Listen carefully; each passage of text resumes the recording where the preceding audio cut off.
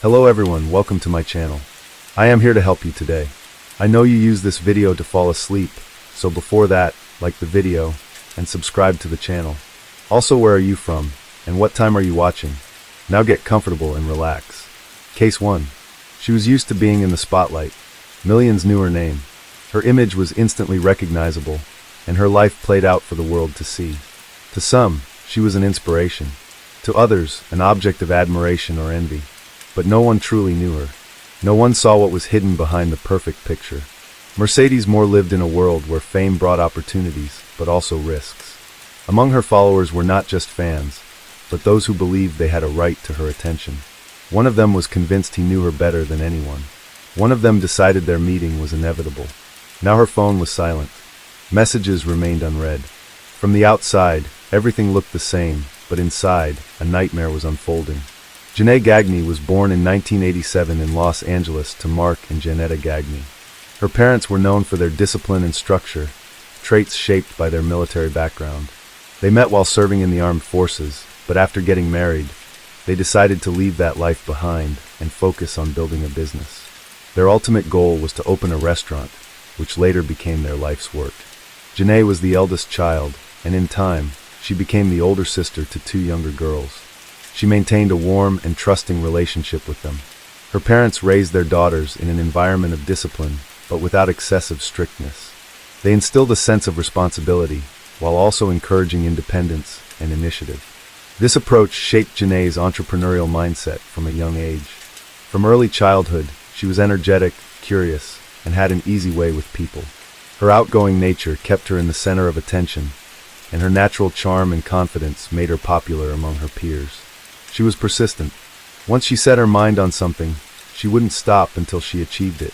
At 12, Janae found a way to earn her own money. She set up a small makeshift studio for braiding hair in the garage of her family's home. At first, her clients were just friends and classmates, but soon word spread through the neighborhood. Before long, women lined up in the evenings, eager to get her signature braids.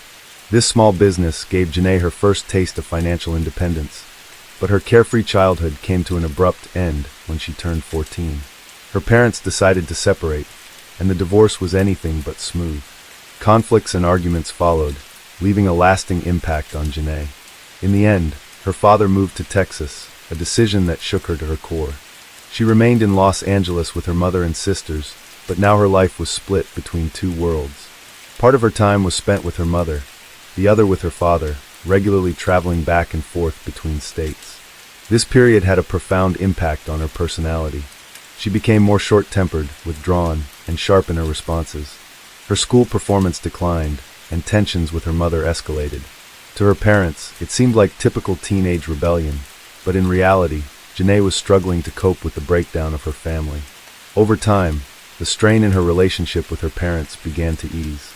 As she grew older, Janae was able to accept the situation and establish a new dynamic with both her mother and father. Gradually, she regained her balance, rekindled her energetic spirit, and once again earned the respect and admiration of those around her. By the time she graduated high school, Janae was determined to be successful in life, though she hadn't yet figured out exactly how. She completed her education with solid grades and enrolled in college, planning to pursue a career in dentistry. But fate had something else in store for her. After high school, Janae entered college with the goal of becoming a dental assistant. At the time, she saw it as a stable and reliable career path that would allow her to support herself and build a secure future. However, just a few months into her studies, she realized it wasn't the right fit. The coursework felt dry and uninspiring, and the idea of working in the field long-term no longer seemed appealing. Ultimately, Janae made a difficult decision. She dropped out of college despite her parents' objections. Her choice came as a shock to them. They had hoped their eldest daughter would follow a traditional career path, securing stability and success in a conventional way. It was during this time that Janae met a young man, and their relationship progressed quickly. He suggested they move to Las Vegas, assuring her that the city offered more opportunities for them to build an independent life and achieve financial freedom. Excited by the prospect of a fresh start, she agreed. Relocating to a new city turned out to be a major challenge. Las Vegas, a place that never sleeps, was filled with possibilities, but also demanded financial security and a clear survival strategy. Without a degree or work experience, finding a reliable source of income was no easy task. Janae explored different options, but most offered low pay and grueling hours with little room for advancement. One day, through acquaintances, she learned about an opportunity to work at a nightclub. What caught her attention was the potential to earn significantly more than in traditional jobs that didn't require a college degree.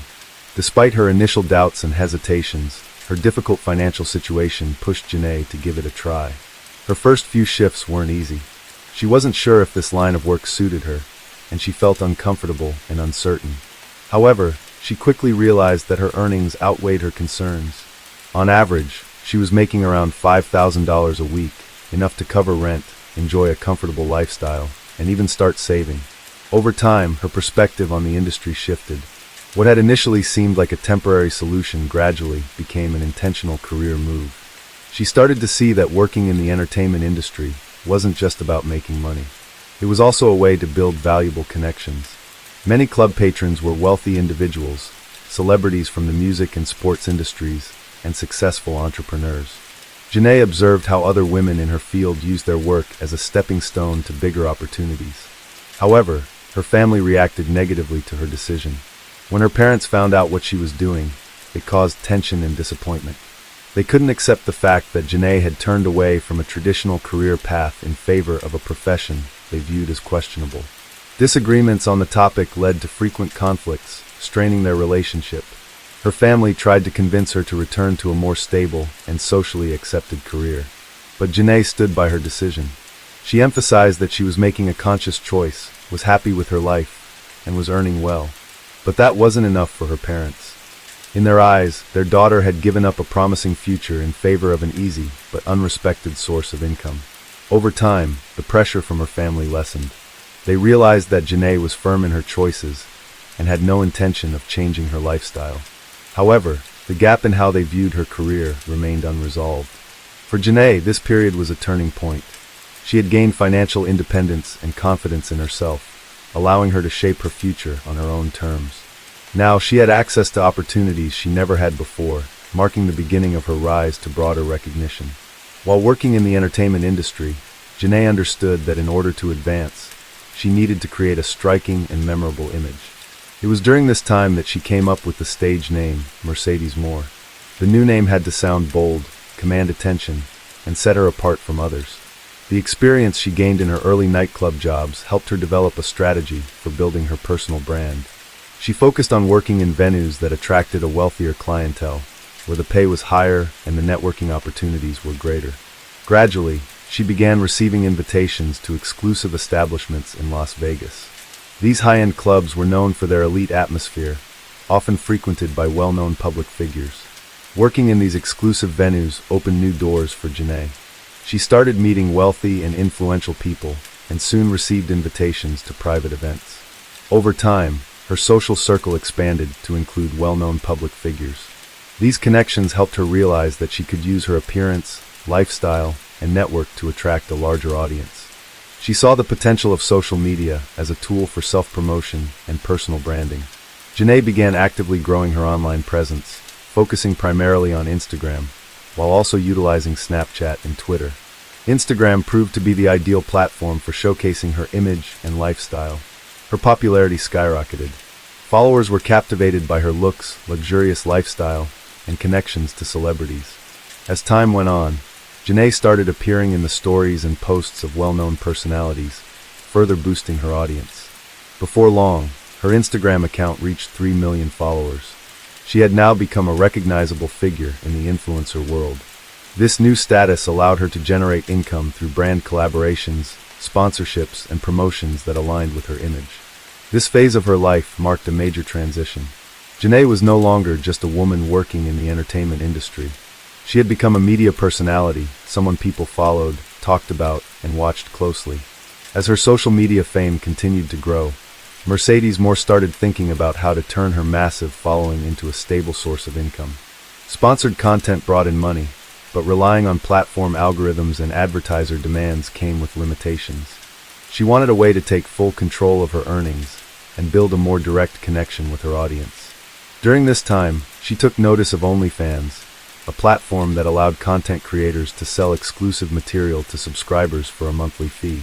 Mercedes saw how many models and influencers were achieving financial success on the site and decided to give it a try. After setting up her account, she immediately started promoting it to her followers. Those interested in exclusive content flocked to her page, and within a short period, her subscriber count skyrocketed. In just a few months, she had thousands of paying followers and her earnings exceeded all expectations. Unlike brand deals that depended on outside companies, OnlyFans provided Janae with a stable and predictable income. She was no longer tied to late-night shifts at clubs and could work on her own terms.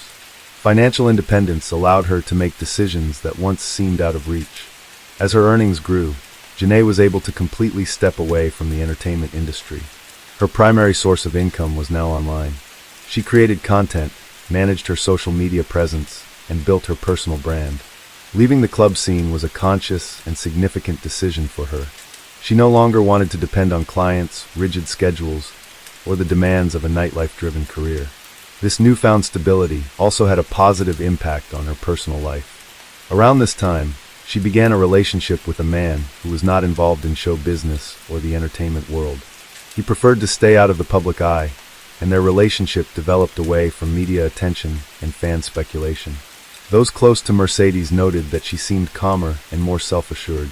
She could now afford to live in a private, upscale community, travel freely, and pursue projects that genuinely excited her. She had plans to launch her own clothing line and expand her personal brand. On the surface, this chapter of her life appeared to be her most successful. Financial independence, personal happiness, and a thriving social media career. However, as her popularity grew, so did unforeseen dangers that she had underestimated. Among her millions of followers were not just devoted fans, but also individuals whose unhealthy obsession could lead to serious consequences. The first warning signs came when personal details started appearing in the comments under her posts. Strangers mentioned neighborhoods where she lived and listed places she frequently visited.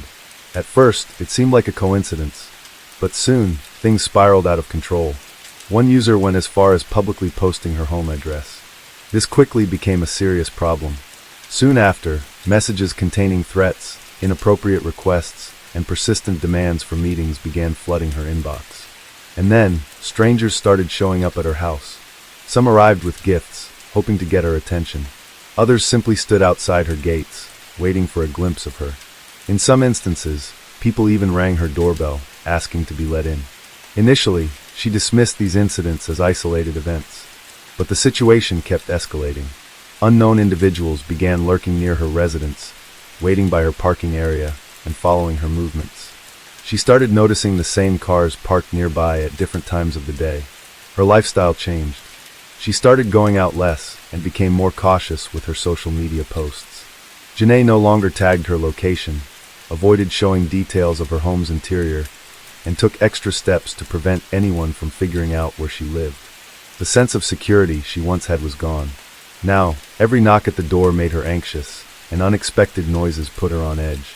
At some point, Janae realized she couldn't continue living this way. She made the decision to move to a gated community in Houston. It seemed like the safest option. Secured entry, surveillance cameras, and on-site security. Her new home was supposed to be her sanctuary, a place where no one could reach her without permission. It felt like this step would finally put an end to the unwanted attention. But even the highest fences couldn't protect her from what was about to happen. While Mercedes Moore was enjoying her success, someone was watching her from a distance. Someone she had never met and didn't even know existed. His name was Kevin Accordo. He lived in Florida, led what seemed to be a normal life, had no criminal history, held a job, and appeared to be just like millions of other people. But at some point, something in his mind shifted. Kevin became obsessed with Mercedes. He followed her every move through social media. Each new photo, every post, only deepened his fixation. She had no idea who he was just another follower among millions. But to him, she was the center of his world. Over time, his obsession turned into an unhealthy fixation. Kevin convinced himself that there was a special connection between them, even though they had never interacted. He studied her updates, analyzed her lifestyle, took note of the places she visited, and paid close attention to the people in her circle. At some point, watching from a distance was no longer enough. He decided he had to meet her. Kevin started looking for ways to find out where Mercedes lived, even though she was careful not to share her exact location. Small details in her posts gave him clues. He examined the backgrounds of her photos, compared interior elements to real estate listings, and combed through comments from followers, all in an attempt to pinpoint her address. The turning point came with one of her final posts. In the picture, a small detail, her front door, was visible. That was all Kevin needed. From this image, he was able to pinpoint the neighborhood, and when a follower casually mentioned the name of the residential complex, he had his answer. Now he knew exactly where to find her. Without hesitation, he got into his car and began the long drive to Texas. It was a journey spanning thousands of miles. He crossed multiple states, spending days on the road, but none of that mattered to him. He was convinced that this meeting would change everything. When Kevin Accordo arrived in Houston, his main goal was to get inside the gated community where Mercedes Moore lived. The area was secured with controlled access and on-site security. However, he managed to bypass these protections. According to law enforcement, he may have slipped in behind a resident's vehicle as they entered the complex or posed as a delivery driver to avoid suspicion. Surveillance footage captured him several times walking near her home, suggesting he was surveying the area before making his move. There were no signs of forced entry. The windows remained intact, the door was undamaged, leading investigators to believe that he may have waited for Mercedes at the entrance and forced his way in as she opened the door.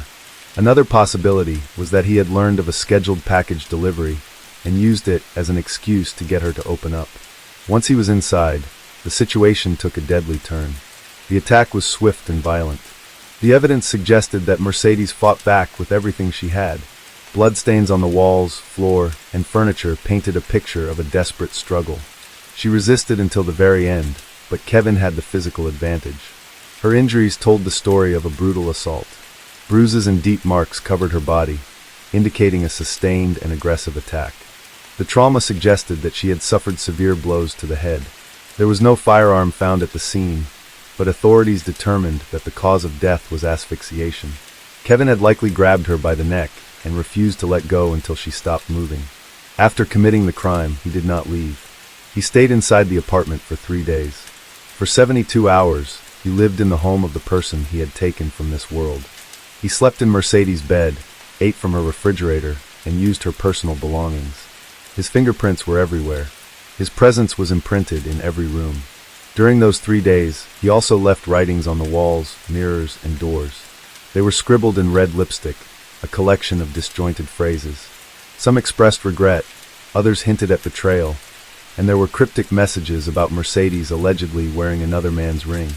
Investigators believed this either pointed to a severe mental breakdown or an overwhelming sense of injustice that he felt. No one raised the alarm at first because Mercedes' family was in another city. Concern only arose when she stopped responding to calls and messages. That was when her father, Mark Gagney, made the decision to check on her in person. Arriving at her home on the evening of August 29th, he immediately sensed that something was wrong. Her car was still in the garage, meaning she hadn't left the complex. He walked up to the front door, rang the doorbell, and knocked. No answer. Peering through the windows, he saw that the curtains were drawn, and there was no sign of movement inside. Mark knocked again, this time louder, another ring of the doorbell. Silence. He tried the doorknob, but the door was locked. Stepping back, he braced himself and threw his weight against it. It didn't budge at first, but on the second attempt, the lock gave way, and the door swung open. A strong, suffocating odor hit him instantly. The air inside was thick with decay. His stomach turned, but he forced himself to step inside. That's when his eyes locked onto the staircase. At the bottom, sprawled on the floor, was his daughter. Mark froze. Mercedes was lying face down, her body positioned unnaturally.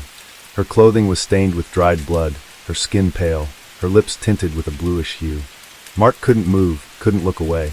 Time itself seemed to stop. Then, suddenly, a dull noise came from upstairs. He snapped his head up. In the dim light of the second floor, he saw a figure collapsed on the ground. The man's body trembled slightly, but within seconds he went still. Without hesitation, Mark ran up the stairs.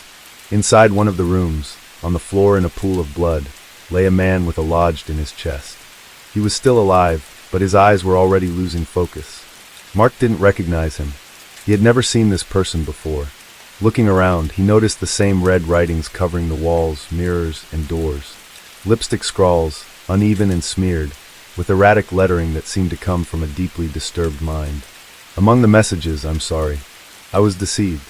She wore another man's ring." As Mark tried to process what he was seeing, the man on the floor took one final breath, and then he was gone.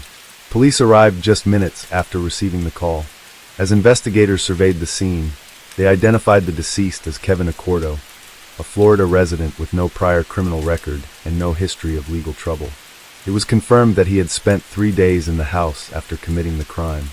His actions suggested a deep psychological disturbance. He made no attempt to clean up the crime scene. He didn't try to escape. He simply waited. When the door opened and Mercedes' father stepped inside, Accordo realized his time was up. Knowing there was no way out, he grabbed a knife and inflicted a fatal wound to his own chest.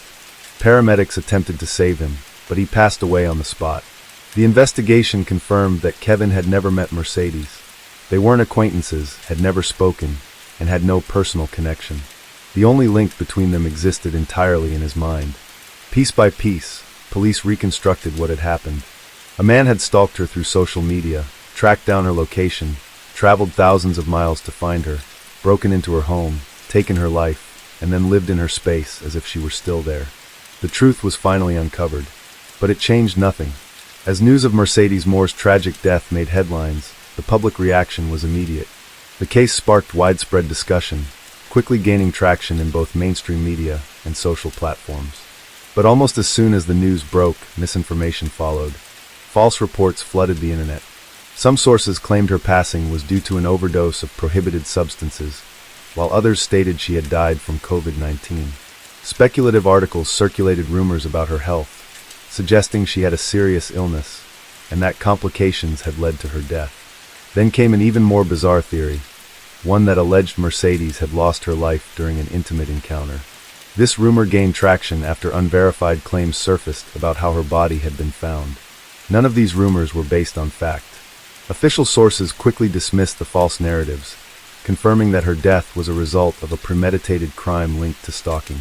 With the full picture now clear, law enforcement had no further doubts. The perpetrator was gone. There would be no trial, no legal proceedings, and no sentence. Kevin Accordo had evaded justice by taking his own life, leaving Mercedes' family with an overwhelming sense of unfairness. For her loved ones, it meant that no one would be held accountable. There would be no conviction, no punishment that could bring even a fraction of closure.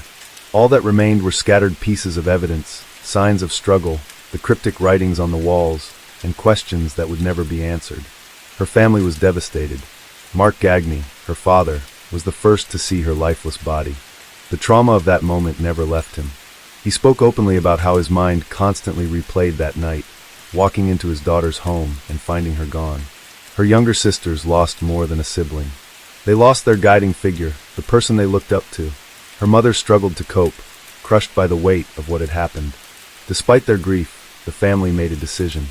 They would do everything they could to keep Mercedes' memory alive. Her father took to the media, speaking out about the dangers of stalking and the need for influencers to take their safety seriously. He wanted his daughter's story to serve as a warning to others. Case 2.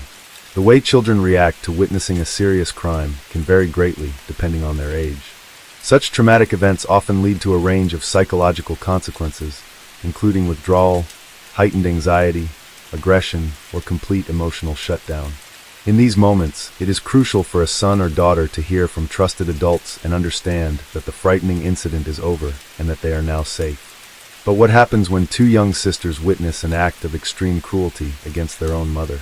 The case of Tiffany James, a young mother raising several children, sounds like something out of a horror movie, except it happened in real life, shaking the quiet town of Brandon, Florida to its core. Tiffany Joanna James was born on August 18, 1980, in Tampa, Florida. She was the only child of Rosalind James and Turner Humphrey. Her parents were never officially married and separated shortly after her birth. Her father moved to another state, started a new family, and showed little interest in his firstborn daughter.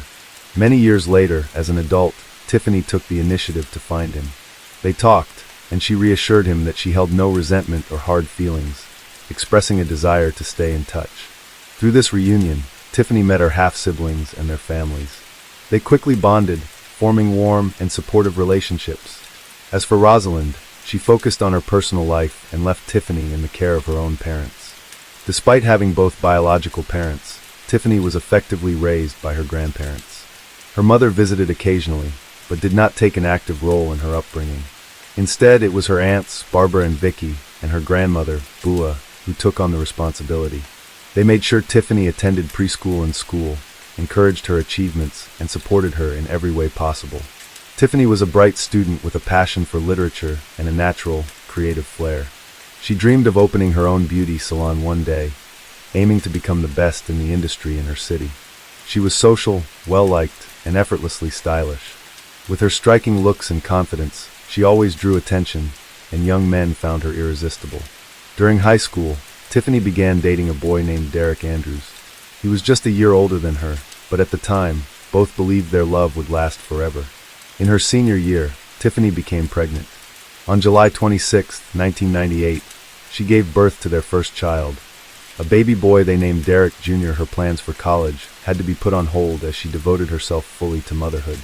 Derek Sr. worked odd jobs to support the family, while the James family stepped in to help the young parents as much as they could. In August 2002, 4-year-old Derek Jr. became a big brother. The couple welcomed another son, naming him Darren after his paternal grandfather. By this time, Tiffany and Derek Sr. were living together in a small rented apartment. Money was always tight, but they remained hopeful for the future and dreamed of building a stable life together. However, a couple of years later, their romantic feelings faded, and they decided to part ways amicably. The boys remained with Tiffany, while Derek Sr. provided support and made an effort to spend as much time with them as possible. He eventually started a new relationship, but remained actively involved in his sons' lives, determined to be the best father he could be for Derek Jr. and Darren. Now a single mother with 2 young sons, Tiffany started thinking seriously about her future. She wanted a career that would allow her to provide for her family independently. Having never pursued further education after high school, she was eager to change that. She enrolled in a medical college, hoping to become a cosmetic specialist. Her ultimate goal was to open her own practice, or even an entire clinic, where she could turn her passion into a successful business.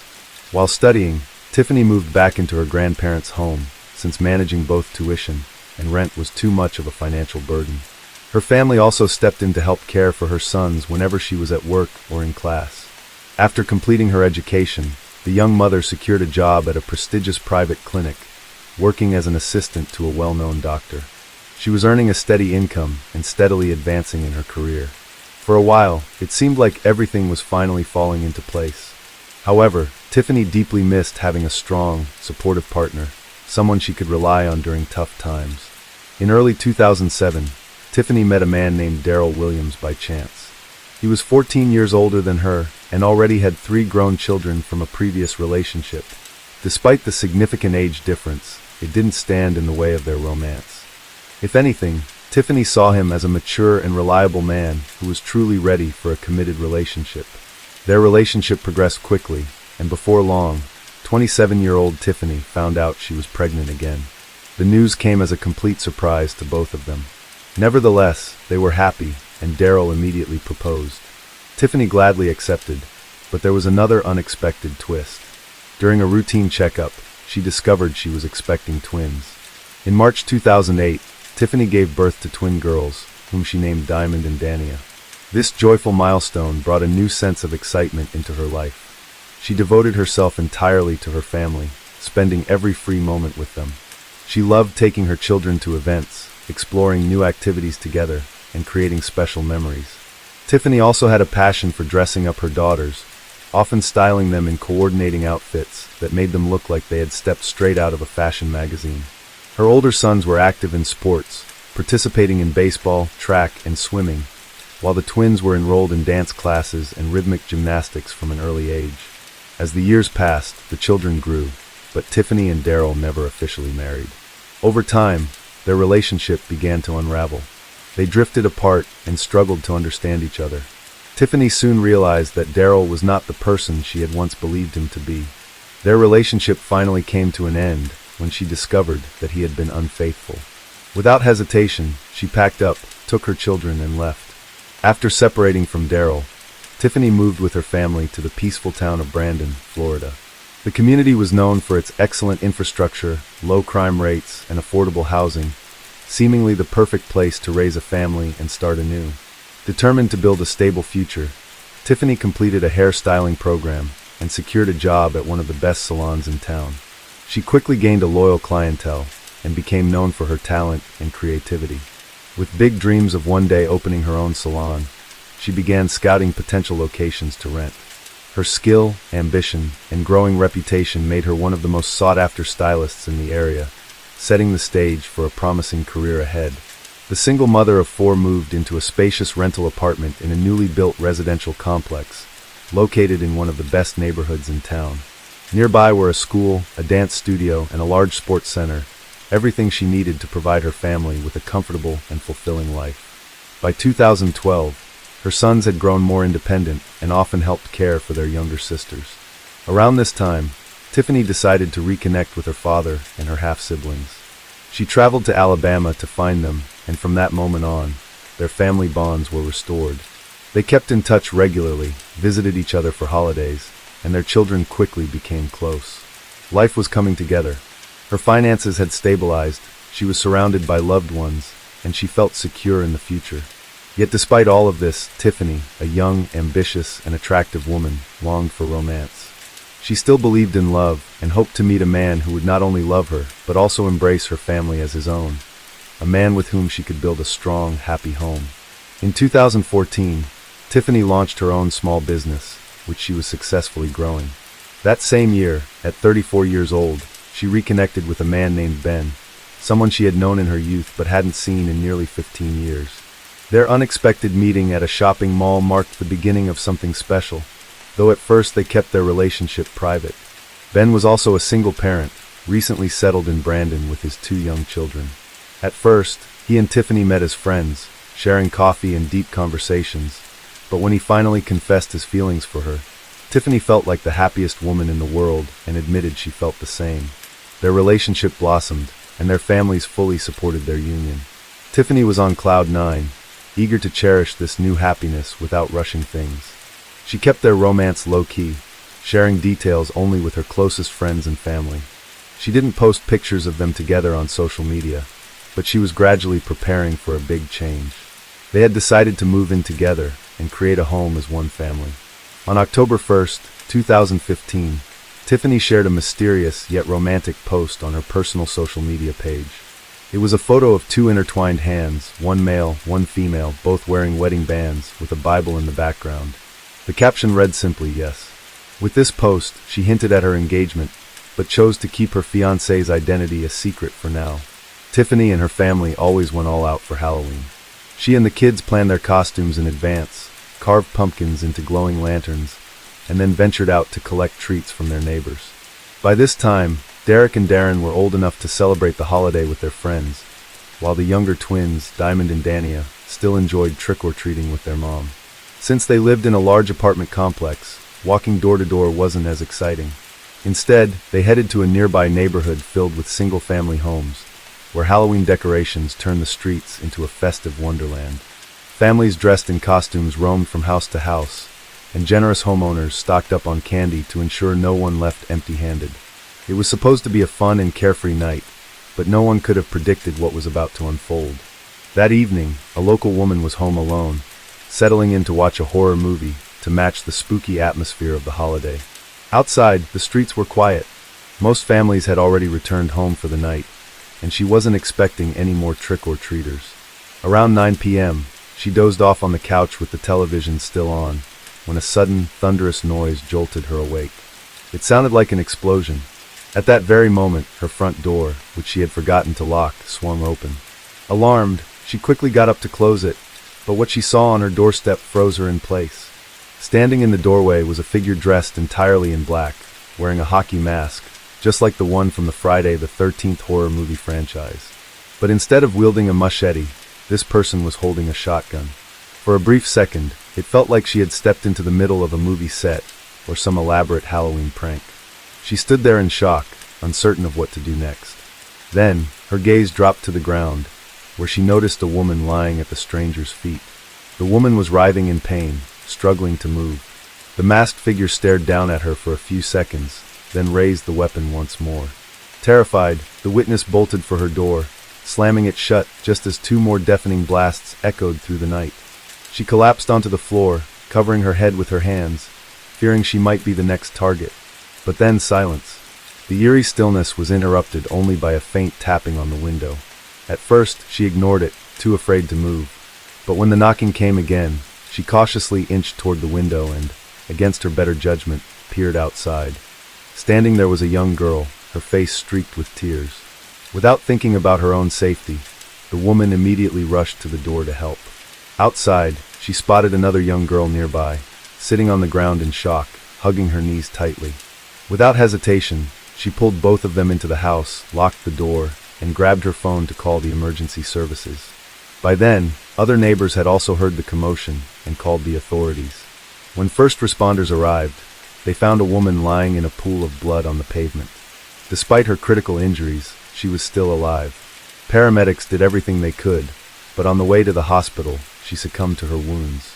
The victim had no identification on her, and the two young girls found at the scene were too shaken to speak. However, as more neighbors gathered, they quickly recognized the woman, Tiffany, the owner of a local hair salon, and the two little girls as her twin daughters. Authorities immediately contacted the girls' relatives while the sisters were taken to the hospital for evaluation. Thankfully, neither had suffered any physical harm, but they were in deep distress. Mental health professionals were brought in to help them process the traumatic event. Dozens of people had been out celebrating that night, and several recalled seeing the horrifying scene unfold. However, piecing together the full story proved difficult. Many witnesses struggled to believe what they had seen. It had seemed so surreal, almost like a staged performance. Meanwhile, the masked attacker had slipped away into the crowd, blending in among the countless costumed revelers before vanishing without a trace. Some neighbors reported seeing a silver Chevrolet sedan parked near the house, shortly before the attack. Witnesses said the car suddenly sped off after the first loud noise, only to stop a short distance away moments later. It was unclear whether the driver had panicked and fled out of fear, or if they had some connection to what had just happened.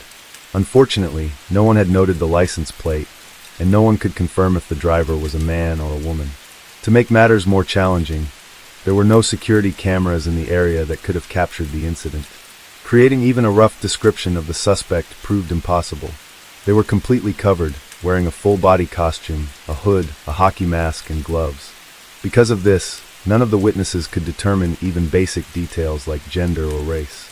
The only thing they could agree on was that the attacker was slightly taller than average and had a solid, muscular build. At the crime scene, Tiffany's handbag was found on the ground with its strap torn and its contents scattered. Initially, investigators considered the possibility of a robbery gone wrong. However, that theory was quickly dismissed. Cash remained untouched inside the purse, and Tiffany was still wearing several pieces of gold jewelry. Nothing had been taken. Besides, it seemed unlikely that someone would carry out such a violent act over a simple mugging, especially while wielding a shotgun. The level of aggression in the attack suggested a personal motive. But who would want to harm Tiffany, a beloved mother and well-respected member of the community? Investigators started by questioning her former partners, as well as her current boyfriend. However, Tiffany had been separated from both Derek Andrews and Daryl Williams for years, and if there had been any lingering conflicts, they had long since faded. Her current partner, Ben, was a much bigger mystery. Tiffany had kept their relationship private, sharing very little about him with friends and family. Given the secrecy surrounding their romance, detectives decided they needed to question him immediately. Officers were sent to his house around 5 a.m. the following morning. Despite the early hour, every light in Ben's house was on. He was sitting by the front door holding a shotgun. The officers ordered him to drop the weapon and raise his hands. He complied immediately, insisting he had nothing to do with what had happened. Instead, he begged the officers to protect his children. Ben explained that he had found out about the crime hours earlier and had been terrified that the attacker might come for him next. He felt he needed to protect his family. During questioning, Ben revealed that in the months leading up to the incident, Tiffany had confided in him about a stalker, someone she believed was following her. She suspected it might be her ex-fiancé and the father of her twin daughters, Daryl Williams. Their breakup had been far from amicable, and recently, They had been battling for full custody of the girls in court. Ben also provided a solid alibi for Halloween night. He explained that he, Tiffany, and their children had been trick-or-treating together earlier in the evening. Later, he took his children to visit relatives while Tiffany and the twins planned to stop by another neighborhood, pick up some things from home, and then stay the night at his house. But she never arrived. Close to midnight, Tiffany's oldest son called him with the devastating news. Once investigators confirmed Ben's alibi, they released him and allowed him to return home. Now, law enforcement turned its focus to Daryl Williams. Could he have been involved in such a brutal act? Still, detectives had their doubts. Could he really have done something so extreme in front of his own daughters, leaving them with a psychological wound they'd carry for life? On November 1st, officers went to Daryl Williams' last known address, only to find that he no longer lived there. Instead, they were met by his adult daughter, who explained that her father had moved in with his new girlfriend on the other side of town about 6 months earlier. When she was informed of Tiffany's tragic fate, she was visibly shaken. The news had clearly left her in shock. His daughter revealed troubling details about her father's short temper and controlling nature. Daryl was known to be domineering and would become enraged when things didn't go his way. He also had a deep fascination with firearms and in fact owned a shotgun. She went on to explain that her father's breakup with Tiffany had been anything but amicable. He had been extremely resentful about having to pay child support and had fought hard for full custody of the twins, though he knew his chances were slim. However, if Tiffany were no longer alive, he would have had a much stronger case to gain custody of the girls. The daughter admitted that, in her opinion, her father was a ruthless man, one she believed was fully capable of committing such a crime. Following this conversation, investigators headed to Daryl's workplace, a large chemical plant. His supervisor described him as a hard-working employee, someone who could handle the workload of 2 people and was always willing to cover extra shifts. However, Daryl's aggressive personality often led to conflicts with coworkers, sometimes escalating into physical altercations. Interestingly, on the night of November 1st, Daryl had refused to take a last-minute shift change for the first time since he had started working there, citing personal matters. This unusual behavior raised even more suspicion, as it meant he had no confirmed alibi for the night of the crime. Detectives then made their way to the home of Daryl's new girlfriend, a woman named Rosalind. Parked in the driveway was a silver Chevrolet sedan, matching the description of the car seen near the crime scene. When Rosalind opened the door and saw the officers, she became visibly anxious. However, once she learned why they were there, she insisted that Daryl had been with her the entire night and had never left the house. With no physical evidence to detain Daryl, investigators decided to speak with the most important witnesses, Tiffany's daughters. The girls were still in deep shock. Dania barely spoke, suffered from nightmares, and refused to sleep without the lights on. Diamond seemed to be coping better, but whenever the conversation turned to that terrible night, she would break down in tears and shut down. A skilled psychologist was brought in to gently guide the sisters through their trauma, and eventually, they began to open up. The girls revealed that while visiting their father, they had frequently seen a mysterious man come by and hand Daryl folders filled with paperwork. One day, after their father had stepped out, their curiosity got the better of them. They peeked inside the folders and were stunned to find photographs of their home, their mother in different locations around town, and even pictures of Ben's house. It became clear that Daryl had hired a private investigator to track Tiffany. Even more damning was the fact that just 2 days before Tiffany's death, she had won full custody of the twins in court, forcing Daryl to pay child support, something he had been adamantly against. With this new information, police obtained a warrant for Daryl's arrest. Given Daryl's known history with firearms and the likelihood that he would resist arrest, officers decided to apprehend him at work, where security measures were strict, reducing the risk of an armed confrontation. When the officers arrived, Daryl was visibly stunned. He didn't resist, silently allowing them to place him in handcuffs. His only request was to speak with a lawyer. Initially, both he and Rosalind denied any involvement. However, when investigators checked their phone records, GPS data revealed that both had been near the crime scene that night. The first to break was Rosalind. In exchange for a reduced sentence, she agreed to testify against Daryl. According to her, she hadn't known exactly what he planned to do. She had simply driven him to the location and waited in the car. When the first loud noise rang out, Rosalind panicked and hit the gas, but after a few seconds she slowed down. allowing Daryl to jump into the car before they sped away. She insisted that the only reason she later gave him an alibi was because she feared for her own life. Daryl Williams was charged with first-degree homicide, a crime that carried the possibility of the death penalty. Desperate to avoid the harshest sentence, he did everything he could to shift the blame. When he learned that Rosalind had testified against him, he tried to turn the tables, claiming that she had been having an affair with his adult son, and that the two of them had conspired behind his back to frame him. In other words, he was willing to accuse his own son of a serious crime just to save himself. Fortunately, investigators quickly debunked his story. A thorough review of evidence confirmed that his son had absolutely no involvement in the events of that night.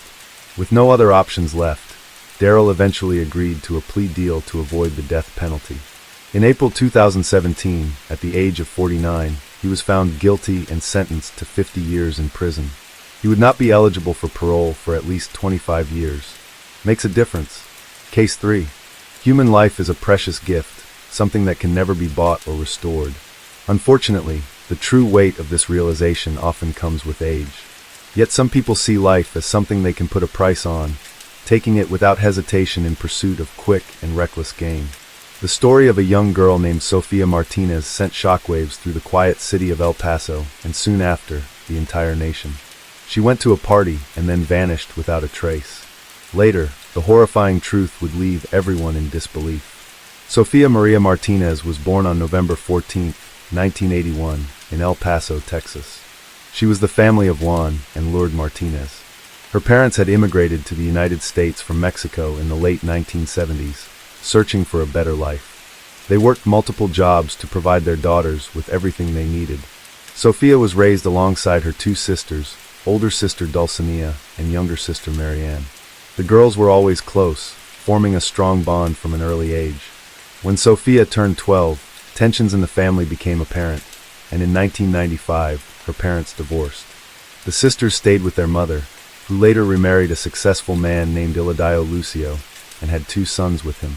One also started a new family shortly after, and over time, his contact with his daughters from his first marriage became less frequent.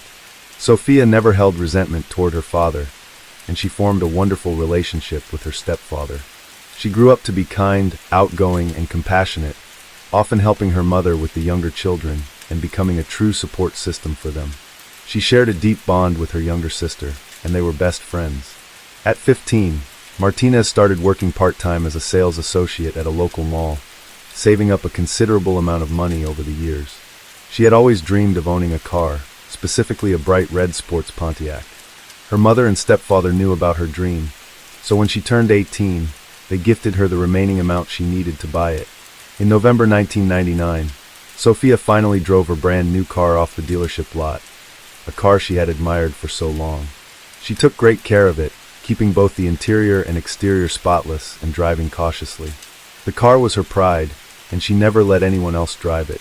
By 2000, Martinez was preparing for graduation. She was excited for the upcoming senior prom, carefully selecting the perfect dress, shoes, and accessories. She and her sister spent weekends shopping, trying on different outfits, planning hairstyles, and choosing the right makeup for the big night. In February, senior yearbook photos were taken, where students posed in traditional graduation caps and gowns.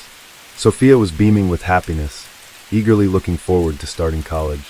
She had already set her sights on continuing her education at the prestigious University of Texas, where she planned to major in history with the goal of becoming a teacher.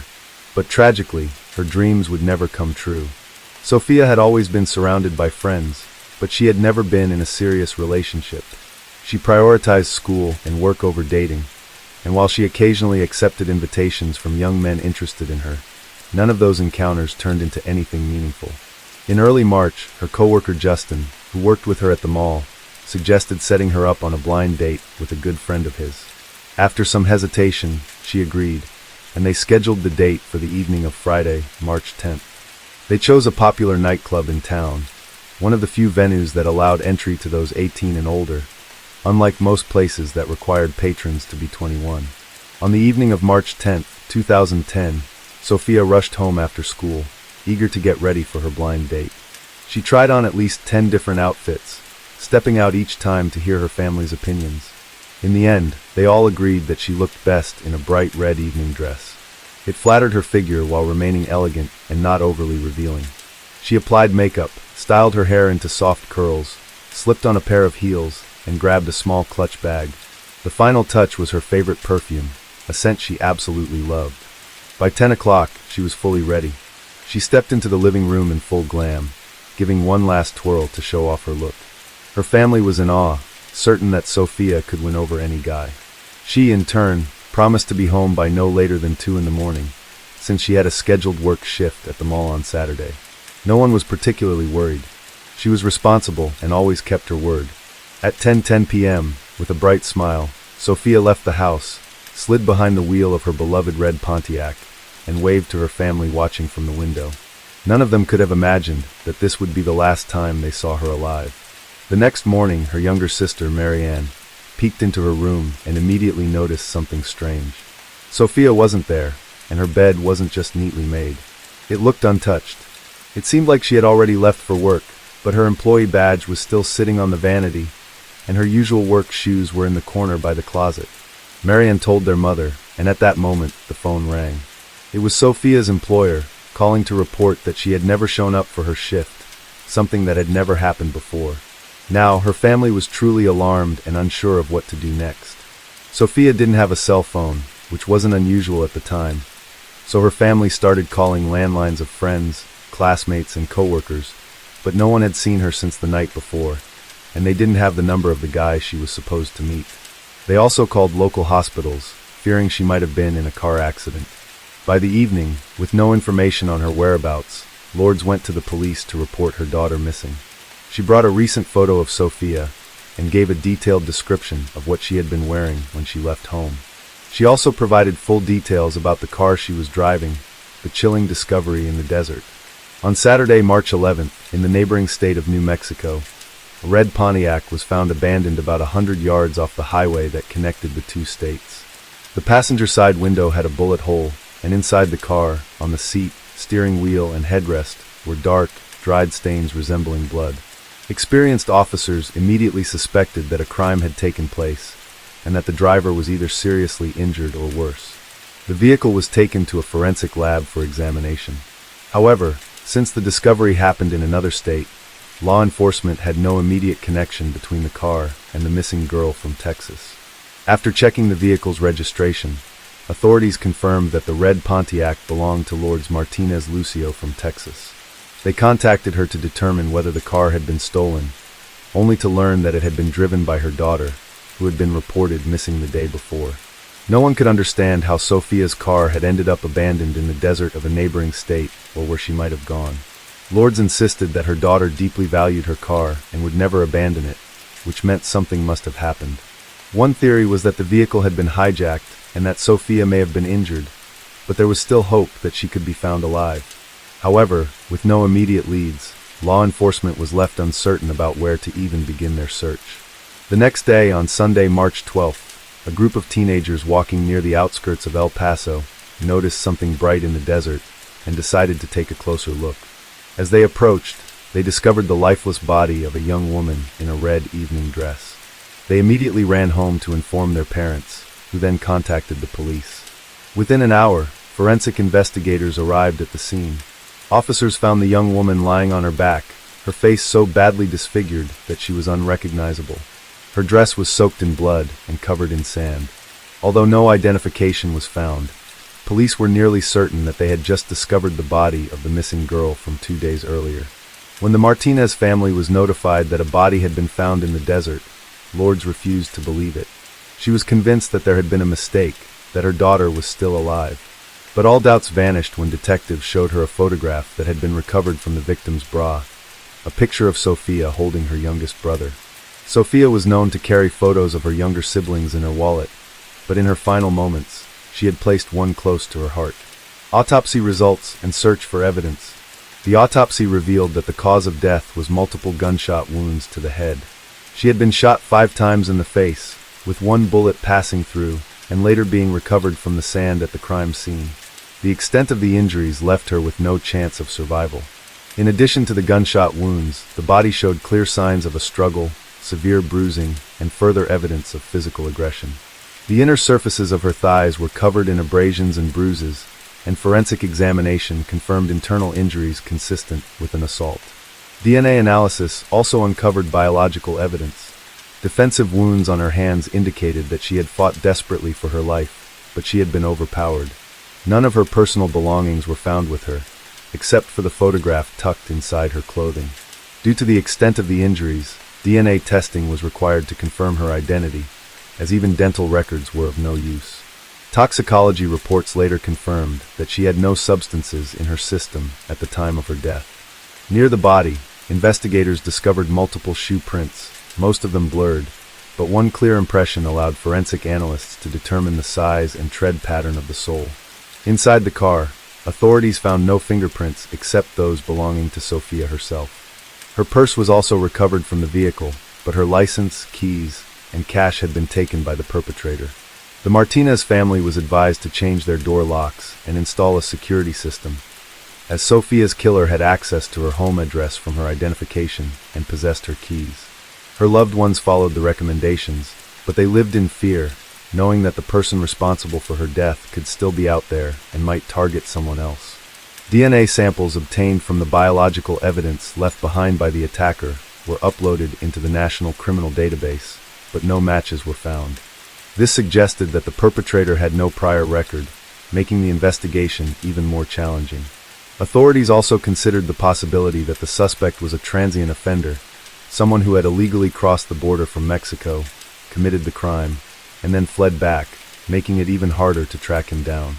The first suspects and a crucial lead when investigators learned that Sophia had gone on a blind date the night she disappeared. Arranged by a coworker, they immediately sought to question both men involved. Since her family didn't have their contact information, officers went to her workplace at the mall. Justin, the coworker who had set up the date, was on shift that day and agreed to go to the station for questioning. The second man, Marcus, was also brought in for an interview. He explained that he agreed to meet Sophia at the club, but that she never showed up. The two men had waited for her until around midnight before leaving. Justin only found out that Sophia had gone missing the next day when she didn't show up for work. Both men willingly took polygraph tests to verify their statements, provided DNA samples, and handed over the shoes they had worn that night. The results showed no connection to the crime. Their alibis were solid, as dozens of people had seen them at the club. During a more thorough inspection of Sophia's car, officers found a crumpled ATM receipt that had fallen under the driver's seat. The timestamp showed that at 10:23 p.m., she had withdrawn $20 from an ATM just a few blocks from her home. This became a significant lead because the area had surveillance cameras at the ATM and on surrounding buildings. The final moments caught on camera. Investigators reviewed footage from all available cameras, and what they saw was shocking. The crime had been captured from multiple angles, allowing authorities to piece together what had happened. At 10:22 p.m., a red Pontiac pulled up to the ATM. The driver's side window rolled down, and a young woman withdrew $20 from her account. The footage clearly showed that she was alone in the car. After taking the cash, Sophia lingered for a moment, using her compact mirror to touch up her lipstick. At that moment, a figure dressed entirely in black with a hood pulled over his head crept up behind the car. Sophia didn't notice him until he was already at her window. Without hesitation, he pulled out a firearm and shot her in the head. But he hadn't intended to end her life, only to wound and intimidate her. The bullet grazed her cheek, clipped her nose, and exited through the passenger side window.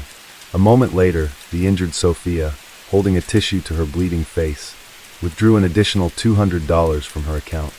The car then began to pull away from the ATM, with the assailant now inside, holding the weapon to the back of her head. Within seconds, the vehicle disappeared from the camera's view, and what happened next remained unknown. It's important to remember that this occurred in the early 2000s, when surveillance camera quality was far from what it is today. The footage was grainy and lacked detail, making it impossible to create a composite sketch of the suspect. All that could be determined was that the attacker was a white male of average height and slim build, possibly with facial hair. This information, along with clips of the attack, was broadcast on local television, warning residents of the danger and asking anyone who recognized the suspect to come forward. A long and frustrating investigation. Following the news segment, Police received dozens of calls, but none provided any useful leads. As time passed, the investigation stalled, no new evidence emerged, and authorities were left with more questions than answers. At the end of March, a man contacted the police, stating that he had found a driver's license near the location where Sophia's body had been discovered 2 weeks earlier. The document belonged to a local woman, and authorities feared she might have met the same fate. However, upon reaching out to her, they found that she was safe and unharmed. When officers arrived at her home, she explained that her purse had been stolen earlier that month at a shopping mall, the same mall where Sophia had worked.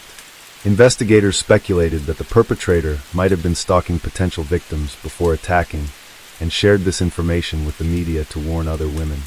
However, the very next day, a young man turned himself in, admitting that he was the one who had stolen the purse. After seeing the news report, he panicked, fearing that police would connect him to a crime he hadn't committed. He voluntarily provided a DNA sample and was ruled out as a suspect in Sophia's case. By July 2000, the investigation had reached a standstill. In an effort to generate new leads, authorities offered a $10,000 reward for any information leading to the killer's capture. Soon after, the Martinez family launched a fundraising campaign to increase the amount. Their efforts were supported not only by friends and concerned citizens, but also by local organizations. By August, the reward had grown to $55,000. Despite these efforts, 6 months had passed since the tragedy, and no new leads had emerged. Even a feature on America's Most Wanted failed to produce any significant breakthroughs, a sudden twist, and the first real lead. On September 30th, 2000, a young woman called the police, claiming she knew who had taken Sophia's life and was willing to provide details in exchange for the reward money. While false tipsters seeking financial gain had come forward before, this time the witness claimed to have physical evidence. The caller was Heather Napawaski, a 20-year-old mother of 2. According to her, the crime had been committed by her boyfriend, Michael Jacques, and their mutual friend, William Berkeley.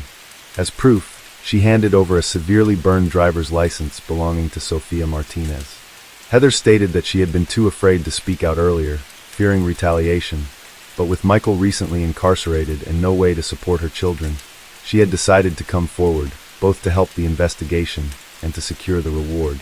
Heather told detectives that in early March she had been hospitalized due to kidney complications. At the time, William was temporarily staying with her and Michael. All three were unemployed and struggling financially. On March 10th, William visited the hospital and pulled Michael aside for a private conversation. Heather overheard parts of their discussion and realized they were planning something illegal, but she assumed it was related to selling prohibited substances, which they had been involved in before. She didn't question them further. Shortly after, both men left, taking a box of latex gloves from a medical supply cabinet. Later that night, around 11 p.m., Michael returned to Heather's hospital room and told her they had managed to get some money.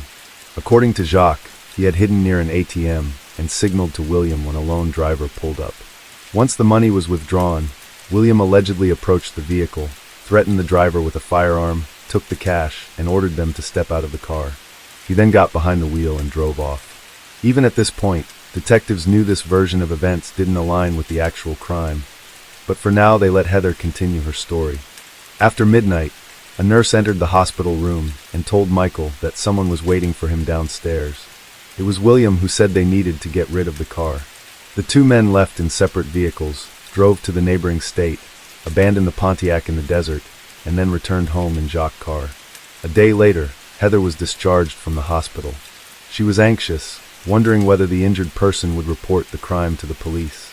To calm her down, Berkeley showed her a driver's license belonging to Sophia Martinez, pointing out that it contained her home address. He casually remarked that if necessary, the victim could be intimidated into staying silent. Then, without hesitation, he tossed the license into a smoldering grill and watched indifferently as it melted before heading off to bed. A few days later, when Heather saw the news report about Sophia's case, everything clicked. She immediately recognized Berkeley on the ATM surveillance footage. She also realized why he had suddenly changed his appearance, shaving off his beard and cutting his hair down to the scalp. When she confronted Michael about his involvement, he ordered her to stay quiet.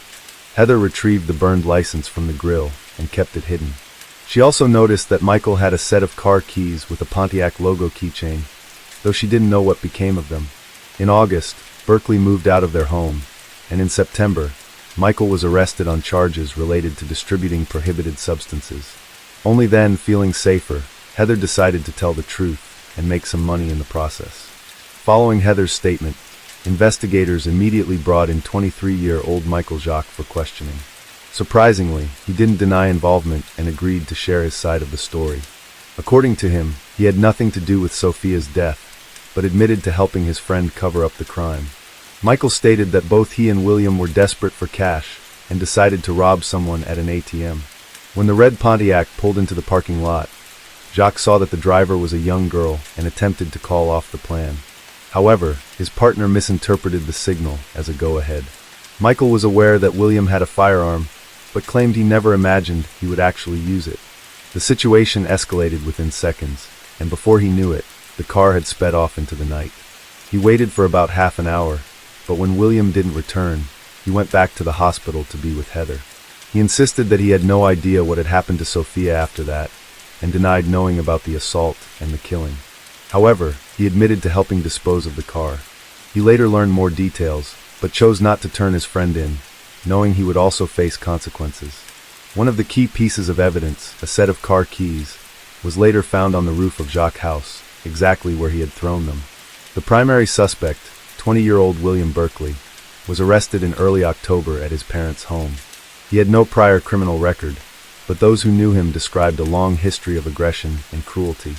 Since his school years, he had physically attacked classmates, former girlfriends, and even his own mother, yet none of them had ever filed a police report. At the same time, he was exceptionally talented, creating artwork that had even been displayed in galleries. During his initial interrogation, Berkeley avoided details but admitted to robbing Sophia, claiming he needed money. However, when questioned about the assault, he insisted that the encounter had been consensual and that he had accidentally shot her afterward. In later interrogations, once he realized the gravity of the situation, Berkeley began changing his story. He now portrayed himself as a victim, claiming he was merely carrying out a scheme orchestrated by Michael.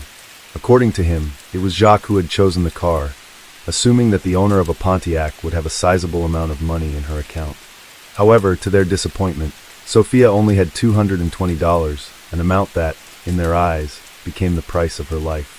The trial and sentencing leading up to the trial, the former friends desperately tried to shift the blame onto each other, but the evidence against Berkeley was overwhelming. During a search of his home, authorities recovered the murder weapon, a .22 caliber handgun. His DNA was found on the victim, and in his bedroom, investigators discovered a pair of sneakers that perfectly matched the footprints left at the crime scene. On April 7, 2002, Berkeley was convicted on all charges and sentenced to death by lethal injection. The sentence was carried out in the spring of 2010. Throughout the years leading up to his execution, he never showed remorse for his actions. On November 3, 2002, Michael Jacques was also found guilty of conspiracy to commit a crime and evidence tampering. He was sentenced to life in prison, with the possibility of parole after 40 years. As for Heather, she received the promised $55,000 reward, but the money brought her no happiness. She lost custody of her children, and at the age of 35, she passed away due to complications from a chronic kidney condition. Case 4. They say a successful family business can turn a couple into a powerful and thriving dynasty. But just as easily, it can become the catalyst for a high-profile breakup and courtroom battles. At first glance, building a business with your partner sounds like a dream: complete trust, minimal risk of betrayal, and all the money stays in the family. But what happens when that modest venture suddenly grows into a multi-million or even multi-billion-dollar empire? Will it bring the couple closer together or spark conflict, rivalry, and deep resentment? The case of Andrea MacDonald was both complex and unsettling, even though from the start it seemed fairly clear who was responsible for the crime. She vanished from her own home without a trace, and almost no one believed she was still alive. Still, without a body and with barely any solid evidence against the suspect, the situation was stuck. Months passed with no resolution, and the person responsible appeared to be on the verge of walking free. Then, just when hope was nearly lost, a local rancher made a chilling discovery that changed everything. Andrea Martina MacDonald, née Anderson, was born on February 18, 1990, in the small coastal town of Port Antonio, Jamaica. She was the eldest of two daughters raised in a modest household by Inmarine Smith and Desmond Anderson. From a young age, Andren was known for her outgoing personality, natural charm, and striking looks. She had plenty of friends and often drew admiration from those around her. While still in high school, Andren became close with a young man named Andre MacDonald. He was 10 years older than her, and like Andren, was born and raised in Jamaica. Andre Austin MacDonald was born on December 22, 1981. He was the only child shared between Marlena and Everton MacDonald. His father had previously been married to a woman named Camilla, who passed away early, prompting Everton to remarry. Andre's parents eventually separated while he was still in school, and his father later moved to the United States, eventually settling down for a third time with a woman named Hannah Hamilton. In the early 2000s, Andre relocated to Florida to live with his father. He was accepted into the International Technical University, where he earned a degree in engineering. However, instead of pursuing a career in that field, Andre chose a different path. He enrolled in military training, signed a contract, and went on to serve in the U.S. Armed Forces. Throughout his time in military, Andre kept in close contact with Andren. The two would talk often, message each other, and meet up whenever Andre returned to Jamaica to visit his mother. Over time, their bond deepened, turning into something meaningful and long-term. Eventually, they realized they couldn't imagine life apart. As soon as Andren finished high school, she moved to the U.S. to be with Andre. About a year later, they had a small wedding, inviting only their closest loved ones. Shortly after tying the knot, Andre received new orders and was transferred from sunny Florida to Lackland Air Force Base in San Antonio, Texas. Andren wasted no time building her future. She enrolled at the University of Texas, earning a degree in economics. In 2013, the couple welcomed a daughter they named Elena. Around the same time, they ventured into the business world, opening their first assisted living facility. Their idea quickly gained traction. Before long, they launched a second facility in another city. Within just a few years, their growing network of care homes was bringing in a significant income. Andre was still committed to his military duties and frequently traveled across the country on assignments. Meanwhile, Andren took the lead in managing the day-to-day operations of their multi-million-dollar business. The couple purchased a beautiful home with a pool in a high-end neighborhood in Behar County, owned multiple luxury vehicles, and had plans to expand their business into neighboring states. In 2016, following the passing of her father, Andren brought her mother over from Jamaica. Her mom moved into the couple's home, helping around the house and looking after Elena when both parents were busy. A few years later, the couple purchased her a small but comfortable house nearby, along with a personal vehicle as a gift. By early 2019, 37-year-old Andre, who held the rank of major in the U.S. Air Force, decided to transition into the reserves. He wanted to remain in San Antonio, spend more time with his family, and take a more active role in their growing business to ease the workload on Andren. Their enterprise was booming. Their network of assisted living facilities had expanded across the state and was valued at close to $1 billion. From the outside, the MacDonalds appeared to have it all. They were successful, wealthy, raising their bright and beloved daughter, and managing a thriving business. But behind the curtain of prosperity, tensions had been building, problems that most people had no idea about. On Friday, March 1st, 2019, 29-year-old Andren didn't show up to work. Her phone was off, was extremely out of character. Her assistant and best friend, Caroline Goner, quickly became concerned. After several failed attempts to reach Andren, Caroline and two other coworkers decided to go to the MacDonald residence to make sure everything was okay. Caroline knocked on the door for a long time, but no one answered. Refusing to leave without answers, she decided to walk around the house to check the property. That's when she spotted something alarming in the backyard, a burnt area with a zipper partially visible in the ashes. It looked like someone had been burning clothes, but who would do that? And why? Nothing else seemed immediately suspicious from the outside. When Caroline tugged on the back door, she found it unlocked and cautiously stepped inside. She called out loudly for both Andren and Andre, but got no reply. The house was quiet, almost as if the couple had simply stepped out. But something didn't feel right.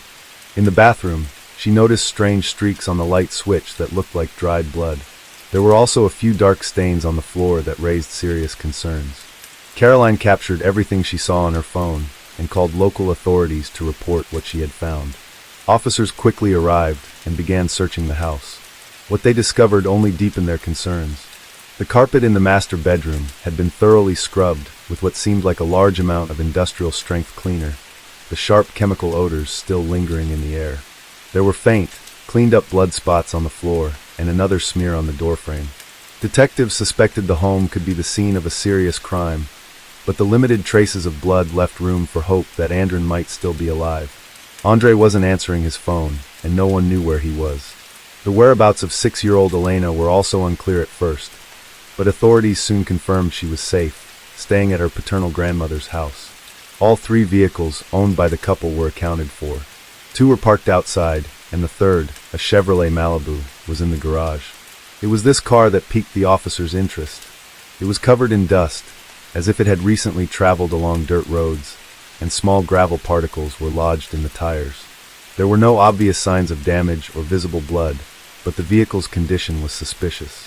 While investigators were still going over the house, the man of the house, Andre, suddenly showed up at the front door. He looked visibly anxious and shaken, seemingly confused about why law enforcement was on his property. When asked where he had been and what had happened, Andre claimed he had spent the entire night searching for his wife. He listed several hospitals. He said he had visited to check if Andrin had been admitted. A follow-up confirmed that Andre had indeed stopped by the medical facilities he mentioned, but not until the following morning. Moreover, at one of the hospitals, when the front desk staff mentioned that someone with the last name McDonald had been checked in, Andre reportedly turned pale, began stepping back, and quickly walked away, without staying to find out that it was just someone with the same surname. From the start, his behavior raised concerns. Officers decided to bring him in for questioning to hear his version of events. Andre told them he and Andrin had gotten into a domestic dispute, after which he left the house to cool off. When he returned, she was gone. He said he tried calling her several times, and when he got no response, he took their daughter to his mother's home and continued searching for Andrin. Tracking his movements proved difficult. His phone had been switched off since the previous evening and remained off until his return. When questioned about why his phone was off, Andre suddenly changed his tone and said he wouldn't answer any more questions without a lawyer. By that point, it was clear to investigators that something wasn't adding up. But with no solid evidence yet, they had no choice but to release him after the initial interview. He was issued a travel restriction order and placed under discreet surveillance, along with his residence. Despite being under watch, Andre managed to slip away from authorities for nearly 12 hours. It was later discovered that earlier that same day, he had made a string of troubling purchases at various hardware stores. He paid in cash for items including a shovel, large heavy-duty trash bags, a small hatchet, work gloves, duct tape, and fire starter fluid. Andre appeared to be trying to avoid leaving a trail, keeping his phone off and making purchases without using a credit card. Still, law enforcement was able to track him down via security camera footage from those stores. Meanwhile, forensic testing confirmed that the blood traces found in the home belonged to Andrin. With suspicions growing stronger, police decided to detain Andre for further questioning and obtained a warrant to conduct a more thorough search of the home, including the seizure and review of all digital devices. During the time he had briefly vanished, Andre had returned home, but didn't stay long. He quickly left again, unaware that officers were now trailing him. He made a stop at a gun shop, where he purchased a large-caliber handgun and a significant amount of ammunition. He paid in cash again, but just as unexpectedly, after completing the transaction, he turned around and walked out, leaving the firearm and ammunition sitting on the store counter. The man appeared completely detached, his eyes vacant, his movements erratic, as if he'd lost all grip on reality. But seasoned officers weren't convinced. To them, it looked more like an act, a calculated attempt to come off as mentally unstable, potentially laying the groundwork for a future defense. Former military officer Andre was arrested just as he exited the store. He didn't resist. This time, formal charges were filed against him, and during a physical inspection, investigators noticed fresh scratches on his hands and forearms, marks that looked like they had been made by fingernails. Andre failed to provide a clear explanation, though everyone present understood the likely cause: struggle. Nearly 48 hours had passed since Andre was last seen.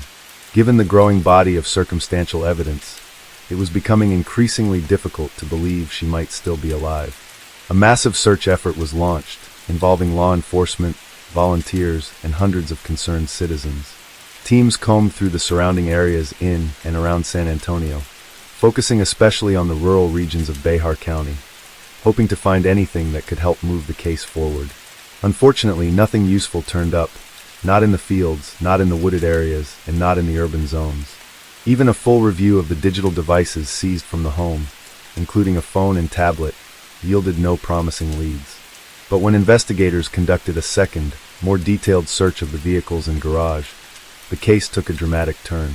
First, they found newly purchased tools and supplies that matched items Andre had bought at various hardware stores.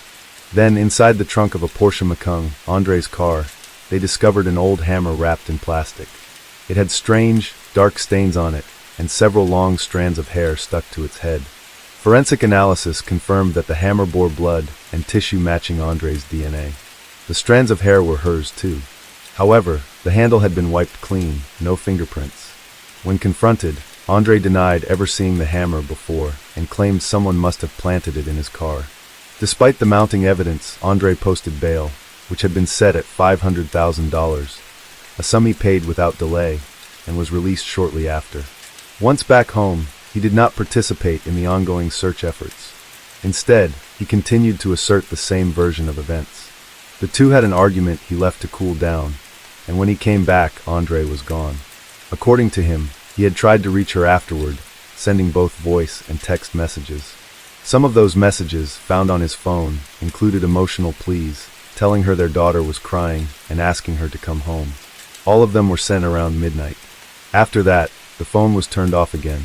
The next morning, Andre dropped Elena off at his mother's house, and by his account, began searching for Andre. As the search for Andre continued with no progress, and investigators struggled to piece together what exactly had happened, detectives decided to dig deeper into the McDonald family's background. It didn't take long to uncover that the couple's picture-perfect image was just that, an image. Beneath the surface, their relationship was strained, and serious tension had been brewing for quite some time. Though they had built a thriving business together, one that was rapidly expanding and bringing in a substantial income, most of the day-to-day operations had been handled by Andre, especially while Andre was serving in the military. Back in 2016, when Andre was stationed in Alabama for 6 months, the emotional distance between them grew.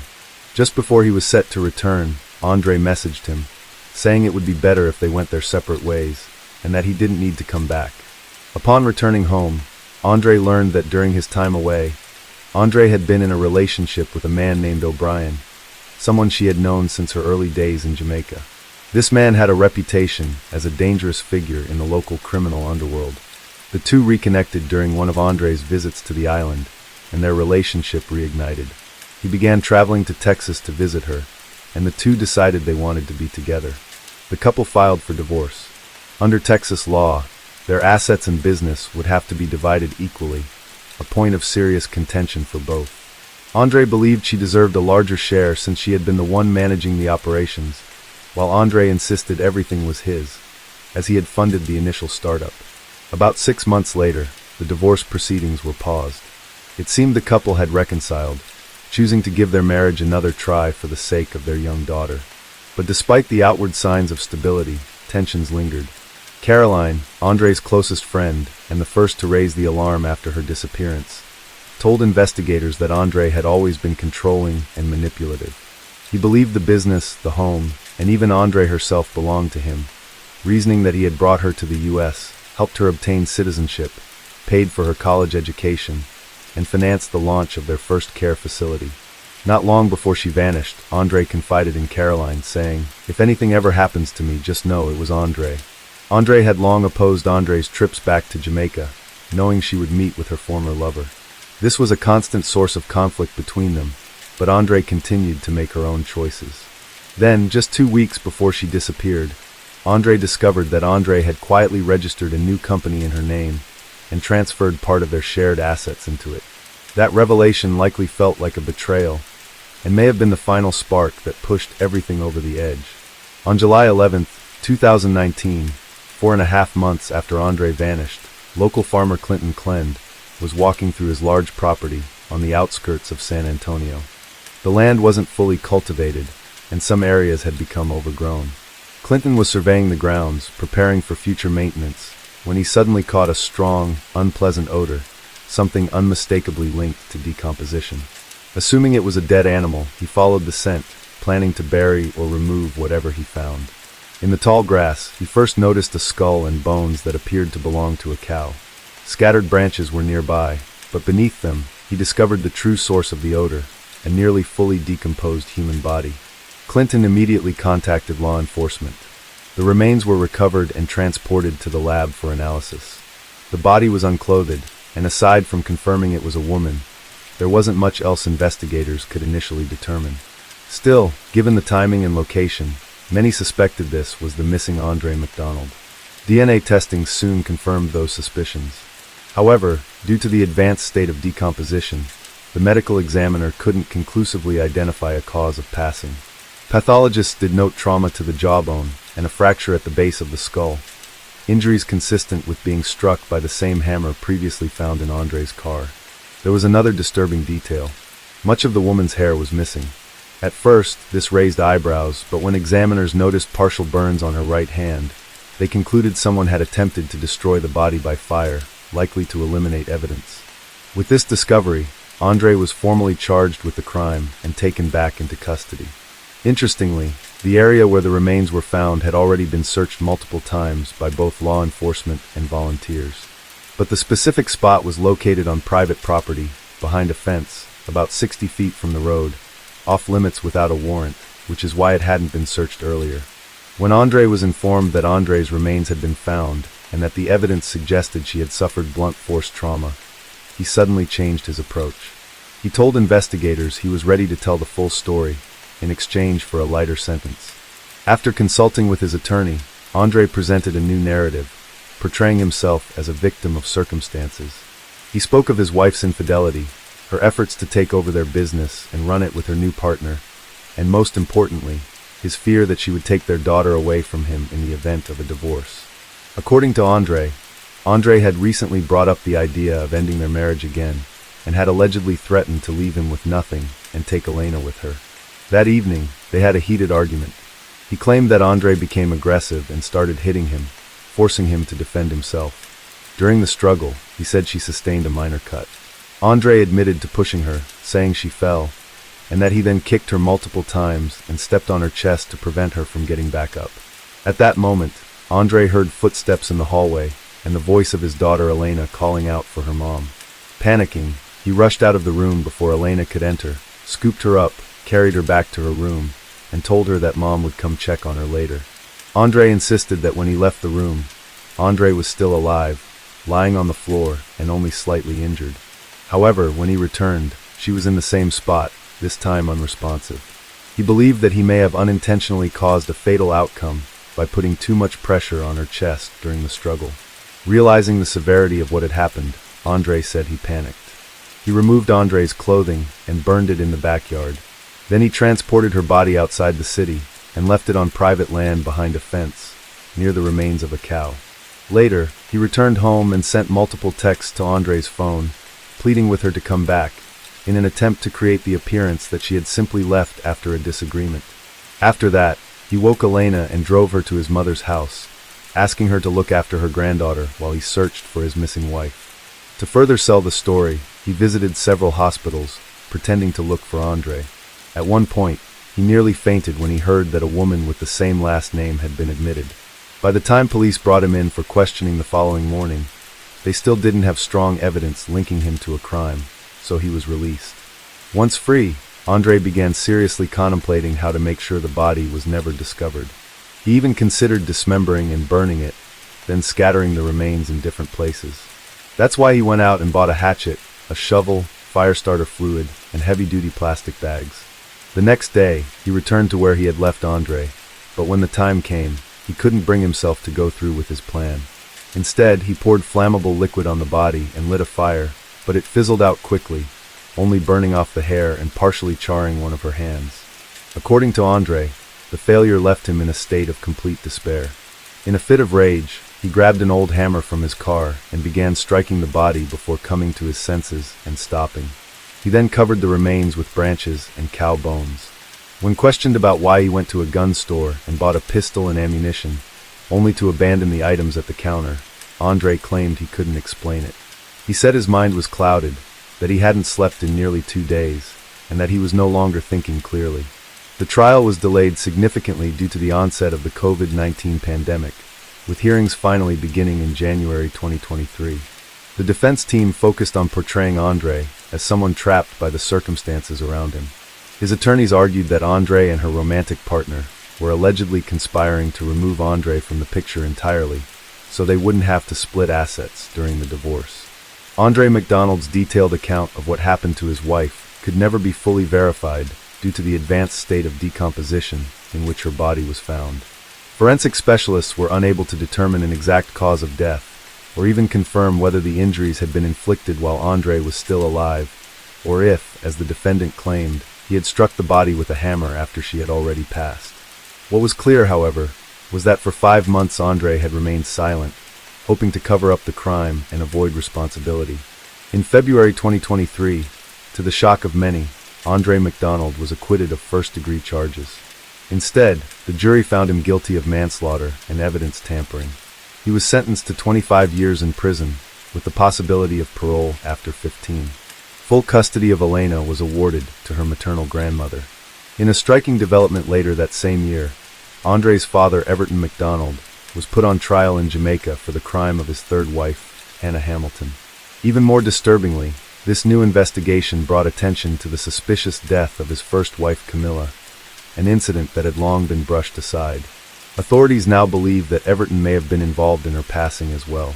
If convicted, he could face life behind bars. This chilling twist raised the possibility that Andre may not have been the first in his family to commit such a serious act, suggesting a legacy of violence that spanned generations. Case 5. Scientists agree that aggressive behavior in teens isn't something they're born with or inherit. It's shaped by their surroundings, the way they're raised, and the quality of their relationships with adults. This doesn't apply to diagnosed mental health conditions, but it's crucial to remember that every person, no matter their age, needs love, support, care, and understanding. Emotional and physical mistreatment can sometimes push someone to a very dark place, even turn them into someone capable of terrifying actions. The case of the Hollowell family is unusually complex and far from typical in every way. At first glance, they seemed like an average household, nothing out of the ordinary. Their co-workers and neighbors couldn't say a bad word about them. But somehow, trouble seemed to follow them. Strange, sometimes downright disturbing. Things happened around this family. When the mother was found lifeless in their home under chilling and suspicious circumstances, attention quickly turned to her sons. As detectives dug deeper into the case, they began to uncover a string of unsettling family secrets, the kind that painted a very different picture of the quiet, seemingly normal life the Hollowells had appeared to lead. For several generations, the Hollowell family lived in a small town in Marin County, nestled in the southwestern part of California. They weren't wealthy by any means, but they did own a spacious 2-story home in the unincorporated community of Inverness, right along the scenic shores of Lake Cedro. The property had been in the family since the mid-1950s, meaning 3 generations had lived under that same roof. It's worth noting that only about 15 homes sat along that lake, and the residents had lived side by side for many years. This created a tight-knit, close community where everyone knew each other well. Crime was virtually non-existent, and strangers were a rare sight. The area was surrounded by lush greenery, making it feel almost like a hidden paradise. In 1965, after many years of unsuccessful attempts to become parents, the Hollowell couple made the decision to adopt a baby girl whose biological parents had given up their rights. She was just 3 months old when they brought her home and gave her the name Denise. From that moment on, she became the center of their universe. She was raised in an environment full of love and care, received a strong education, and had the freedom to pursue her biggest passion, extreme sports. At the age of 20, still a college student, Denise got married for the first time to a fellow student named Richard. The two shared a love for skydiving, and in fact, on the day of their wedding, the couple and their witnesses did a group jump. During freefall, Denise and Richard exchanged rings midair, but the excitement of their adventurous lifestyle couldn't hold their relationship together. Like many young couples, they simply weren't ready for the realities of married life, the everyday struggles and compromises.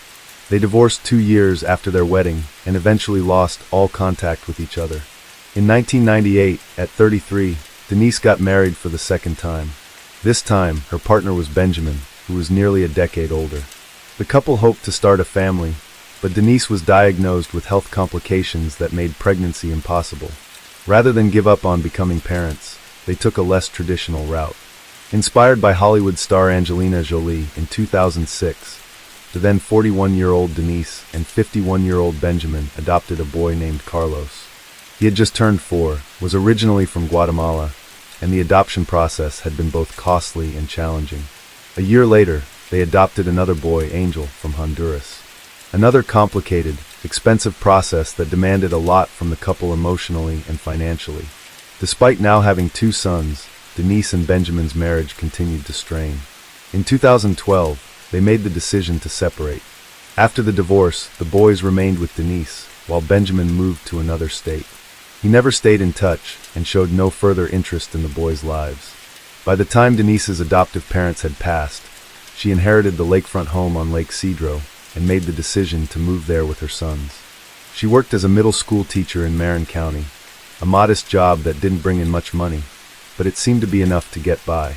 People who knew her described her as educated, intelligent, and non-confrontational. She was respected at work, and neighbors had nothing negative to say about her. Raising 2 adopted sons on her own proved to be incredibly difficult for Denise.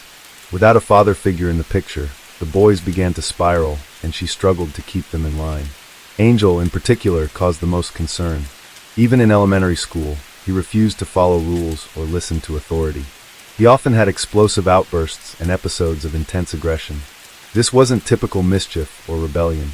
Angel would lash out at other students, and his behavior was sometimes so extreme that it posed a real danger to both himself and others. Carlos had his own issues, though his behavior was less overt. He was more withdrawn and didn't pick fights openly, but if he sensed a confrontation coming, he wouldn't hesitate to throw the first punch. Carlos struggled to make connections with peers and had very few friends, but he found some solace in athletic activities. The brothers never got along. Despite growing up in the same home for years, they didn't bond. In fact, they were openly hostile toward each other. Their fights were brutal and frequent, and it was clear they harbored deep resentment. Still, Denise didn't seem to view this as a serious problem. She never sought outside help or involved any professionals. By the time Angel was around 9 or 10 years old, things had taken a turn for the worse. He began skipping school regularly, and teachers reported repeated incidents of aggression. He also started stealing. Around the same time, he ran away from home for the first time, disappearing for several days before returning. After that, it became a pattern. He would vanish for days at a time and stopped attending school altogether. In September 2016, officials from Child Welfare Services paid a visit to the Hollowell residence following ongoing complaints from teachers about the boy's behavior and Angel's repeated disappearances. Their goal was to check on the home environment and speak with the family directly, but what they found was unsettling. Denise was home with the boys and clearly wasn't expecting any visitors. Still, she allowed the protection worker inside, as she had no legal reason to deny them entry. One of the first things that stood out was the condition of the windows. The lower floor windows were partially covered from the inside with cardboard, making it impossible to see what was going on inside from the outside. Inside the house where Denise lived with her 2 sons, something felt off from the very beginning. There were no signs of typical hobbies or pastimes one might expect. No toys, no bikes, no rollerblades. The place was almost barren, with only the most basic furniture, all of it left over from her late parents. The kitchen had an old refrigerator and a worn-out washing machine. Denise had a bed in her own room, but her sons were sleeping on inflatable mattresses tossed directly onto the floor. The most shocking discovery, however, came when officials inspected Angel's room. It didn't resemble a typical bedroom at all. It looked more like solitary confinement. The heavy wooden door had not only a basic turn lock on the inside, but also a large metal bolt installed on the outside. There was a small hatch built into the door, which could be locked as well, apparently used to pass food and water inside without opening the door completely. The room was dimly lit. The windows had been fully covered with cardboard, blocking out all natural light. In the corner, Angel sat quietly on a worn-out mattress. In the opposite corner stood a foul-smelling plastic bucket, about 1/3 full of human waste. The stench matched the conditions. Angel, however, wasn't scared. He seemed angry. All 3, Denise and her 2 sons, were immediately taken to the local police station. A child psychologist spoke with the boys, while Denise was questioned about the disturbing situation at home. She explained that locking Angel in the room was something she did for safety reasons, to prevent the brothers from fighting and to keep the younger one from running away again. Her explanation didn't sit well with the officers, especially once Angel began to describe his side of the story.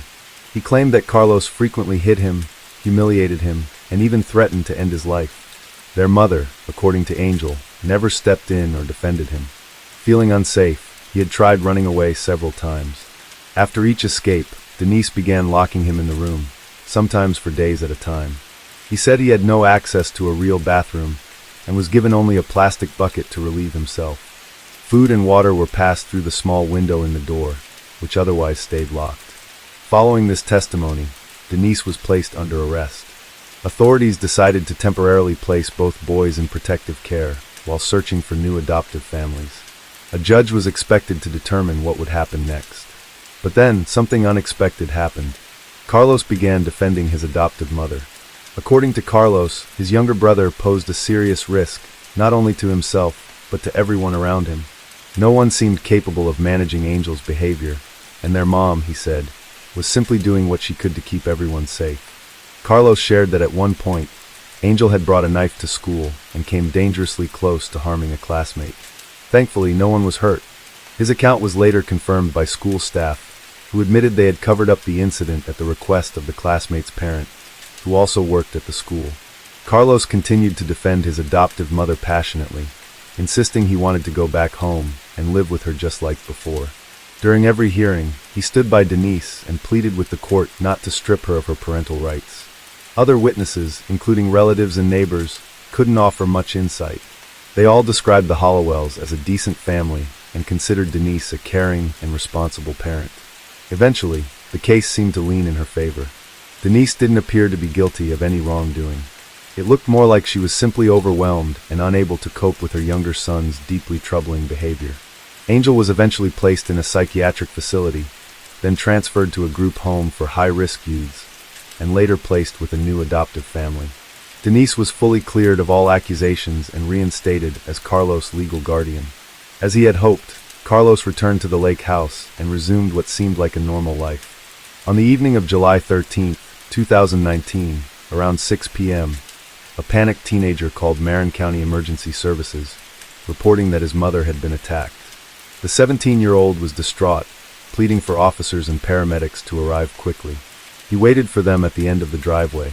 Carlos led responders into his mother's bedroom, and what they saw was horrifying. Denise was lying on her side on the bed, and lodged in the back of her head was an axe. Blood had soaked through the pillow, creating a massive red stain. When first responders arrived, she was still showing faint signs of life, but despite their efforts, she passed away en route to the hospital. Carlos was the only witness to the incident, and gave a story that raised more questions than answers.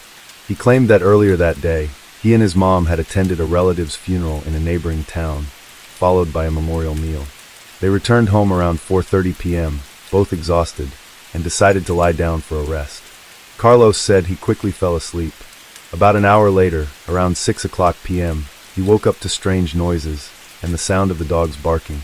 Looking out the window, he noticed that the gate to the dog run was open, and their dogs were running loose in the yard. Concerned, he went to check on his mom, and that's when he discovered the horrifying scene. He immediately contacted emergency services, hoping she could still be helped. When investigators asked Carlos who might have had a reason to hurt his mother, he didn't hesitate. He named Angel. According to him, only his younger brother harbored enough anger and resentment toward Denise to actually want to harm her. Carlos also admitted that he believed Angel was capable of hurting him too, but for some unknown reason, didn't follow through. He added that he no longer felt safe and feared what might happen next. After speaking with Carlos, authorities moved quickly to locate and question Angel, who was now considered the primary suspect, but that proved to be more difficult than expected. No one seemed to know where the 15-year-old was. Since being removed from the Hollowell household by Child Welfare Services, Angel had cycled through several foster homes, but never managed to settle anywhere. He struggled with social interaction, couldn't get along with others, displayed ongoing aggression, and frequently ran away. About a year before the incident, Angel had run away from yet another foster home, and this time he completely vanished. His whereabouts remained unknown, and now investigators feared he may have returned to carry out an act of revenge against the woman with whom he had always had a difficult and volatile relationship. There were a number of troubling details at the scene that seemed to support that theory. There were no signs of forced entry. Angel had always gotten along better with the dogs than with people, so it wasn't surprising that they didn't raise alarm. The weapon used in the attack, an axe, was taken from the backyard. Nothing was stolen from the house. In fact, cash and a debit card were still sitting untouched on the nightstand next to Denise. That meant the motive wasn't robbery. Whoever did this had a personal reason, and it looked like Denise had been deliberately targeted. Authorities canvassed the neighborhood along Lake Cedro, hoping for leads, but most neighbors had little to offer. No one could say anything negative about the Hollowell family. In fact, people described Denise as calm, well-spoken, and thoughtful. While she and the boys hadn't lived there long, her late parents had been familiar faces in the community. But then, some residents began to recall strange and troubling events that started shortly after Denise and her sons moved into the lake house. Local pets had begun disappearing, first a few cats, then dogs. Some of these animals were later found in remote corners of the area, badly mutilated. At first, folks chalked it up to wild animal attacks, but the condition of the remains suggested otherwise. It was too intentional, too gruesome. People began to fear that someone, possibly a disturbed individual, was behind it, and whoever it was, they seemed to be operating frighteningly close to home. Soon after the initial wave of missing pets, things in the area escalated. Residents began reporting the disappearance of young livestock, baby goats, foals, and other small animals. When these animals were found, the scene was deeply disturbing. Many had suffered what appeared to be intentional harm, deep slashes, torn wounds, and in some cases, severe disfigurement. Their eyes had been damaged, and the injuries suggested deliberate cruelty. Several locals reported these incidents to law enforcement, but it seemed like the cases weren't prioritized. Officers appeared to have more pressing matters than investigating harm to animals and missing pets. Interestingly, no one ever connected these gruesome acts with the Hollowell family. In fact, Denise and her sons had even helped search for some of the missing pets. She spoke with neighbors regularly, though she wasn't particularly close with anyone, and rarely had visitors at her home. Most people didn't know much about what was going on behind closed doors. Many weren't even aware that Angel had been placed with a different adoptive family. They assumed he had gone to live with relatives in town, just like Carlos had during a previous stretch. The detail about Carlos having lived elsewhere for a time caught the attention of investigators. They decided to dig deeper and reached out to the relatives who had taken him in, hoping to understand what led to that arrangement. As it turned out, Carlos had also experienced serious behavioral challenges, though most people around him had no idea. At 14, he started drinking alcohol and experimenting with various banned substances. His behavior became erratic and volatile. He would lash out, even toward his mother and younger brother. Denise eventually sought professional help. That's when Carlos was diagnosed with bipolar disorder and signs of obsessive-compulsive tendencies. These symptoms were reportedly made worse by his use of alcohol and psychoactive substances. He spent a short time in a treatment facility, but was later discharged with a prescription for medication, which he refused to take and ended up throwing away. At 16, Carlos stopped attending school, but managed to keep that fact hidden from his mother for a while. He pretended to leave for class each morning, even though he wasn't enrolled anymore. When Denise finally found out, it led to a major confrontation. Not long after, Carlos consumed a dangerous mix of painkillers and alcohol, a combination that nearly cost him his life. Denise called emergency services just in time, and medical staff were able to stabilize him. After that terrifying episode, a relative named Stephanie offered to step in and help. Her own son had once struggled with similar issues, including bipolar disorder and behavioral instability, during his teen years. Stephanie had done extensive reading on the subject and tried various therapeutic methods at home. Over time, her son seemed to grow out of that difficult period. He matured, went on to get an education, and eventually moved to another city to live a stable life. Stephanie was completely convinced that it was her approach, her own version of therapy, that had helped her son recover. She believed herself to be a self-taught expert in mental health, even though she had no formal training and relied solely on online advice and various books. Confident in her methods, she decided to try the same approach with her relative's son. and suggested that Carlos move into her home temporarily for what she referred to as treatment. Carlos ended up living at Stephanie's house for about 6 months. During that time, Denise would visit him regularly, and Stephanie conducted what she called therapy sessions. She suggested recording these sessions on tape, so they could later be reviewed and analyzed for progress. All the recordings were stored in her home, and after the tragedy involving Denise, those tapes became critical evidence. What the tapes revealed painted a deeply troubling picture of the relationship between Denise and Carlos. Their interactions were far from nurturing. Denise frequently blamed him for everything that had gone wrong in her life. She openly expressed regret over adopting him, calling him names, saying he was unwanted and that no one would ever love him. During this same period, Denise was also facing serious financial hardship. She had lost her teaching job and was scraping by with occasional, unstable side gigs. She began pressuring Carlos to find work and help cover household expenses. At one point, she stopped buying him clothes, claiming she couldn't afford it. Eventually, she even refused to feed him, telling him that if he wanted to eat, he'd have to buy his own food. Things deteriorated further. Denise resorted to verbal abuse, referencing the circumstances of his adoption in cruel terms. She would say things like she and her husband picked him up off the streets, and that without her, he would have already wasted away from hunger or illness in some rundown neighborhood. She made offensive, racially charged comments, reminded him of much the adoption process had cost her, and even demanded that he repay those expenses. Yet, despite all of this, about a month before the tragedy, Carlos expressed a desire to move back in with his adoptive mother. At Stephanie's suggestion, he even made a list of reasons why he wanted to return. One of the top reasons was his hope to repair the relationship. Denise, for her part, supported his goal of going to college. She believed that education was a crucial part of his future, and had promised to help with tuition costs if she could. Stephanie encouraged Denise to install surveillance cameras in several rooms of the house, specifically the areas where she and Carlos interacted most, so that Stephanie could continue monitoring the teen's behavior remotely. The idea sounded strange, but Denise agreed, partly as a precaution. It was clear she didn't fully trust Carlos, and feared that in a moment of anger, he might lose control. Interestingly, those same cameras, along with Denise's phone, mysteriously disappeared from the house. The surveillance system had been deactivated the day before the incident. Carlos claimed he had nothing to do with it. According to him, Denise handled all of that herself. As for the phone, he said he hadn't seen it, and had no idea where it might be. A week before the tragedy, another intense argument broke out between Denise and Carlos, one that escalated into a physical altercation. A neighbor happened to witness the incident and intervened.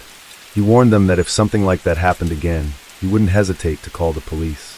After Denise's death, Carlos was immediately considered a person of interest.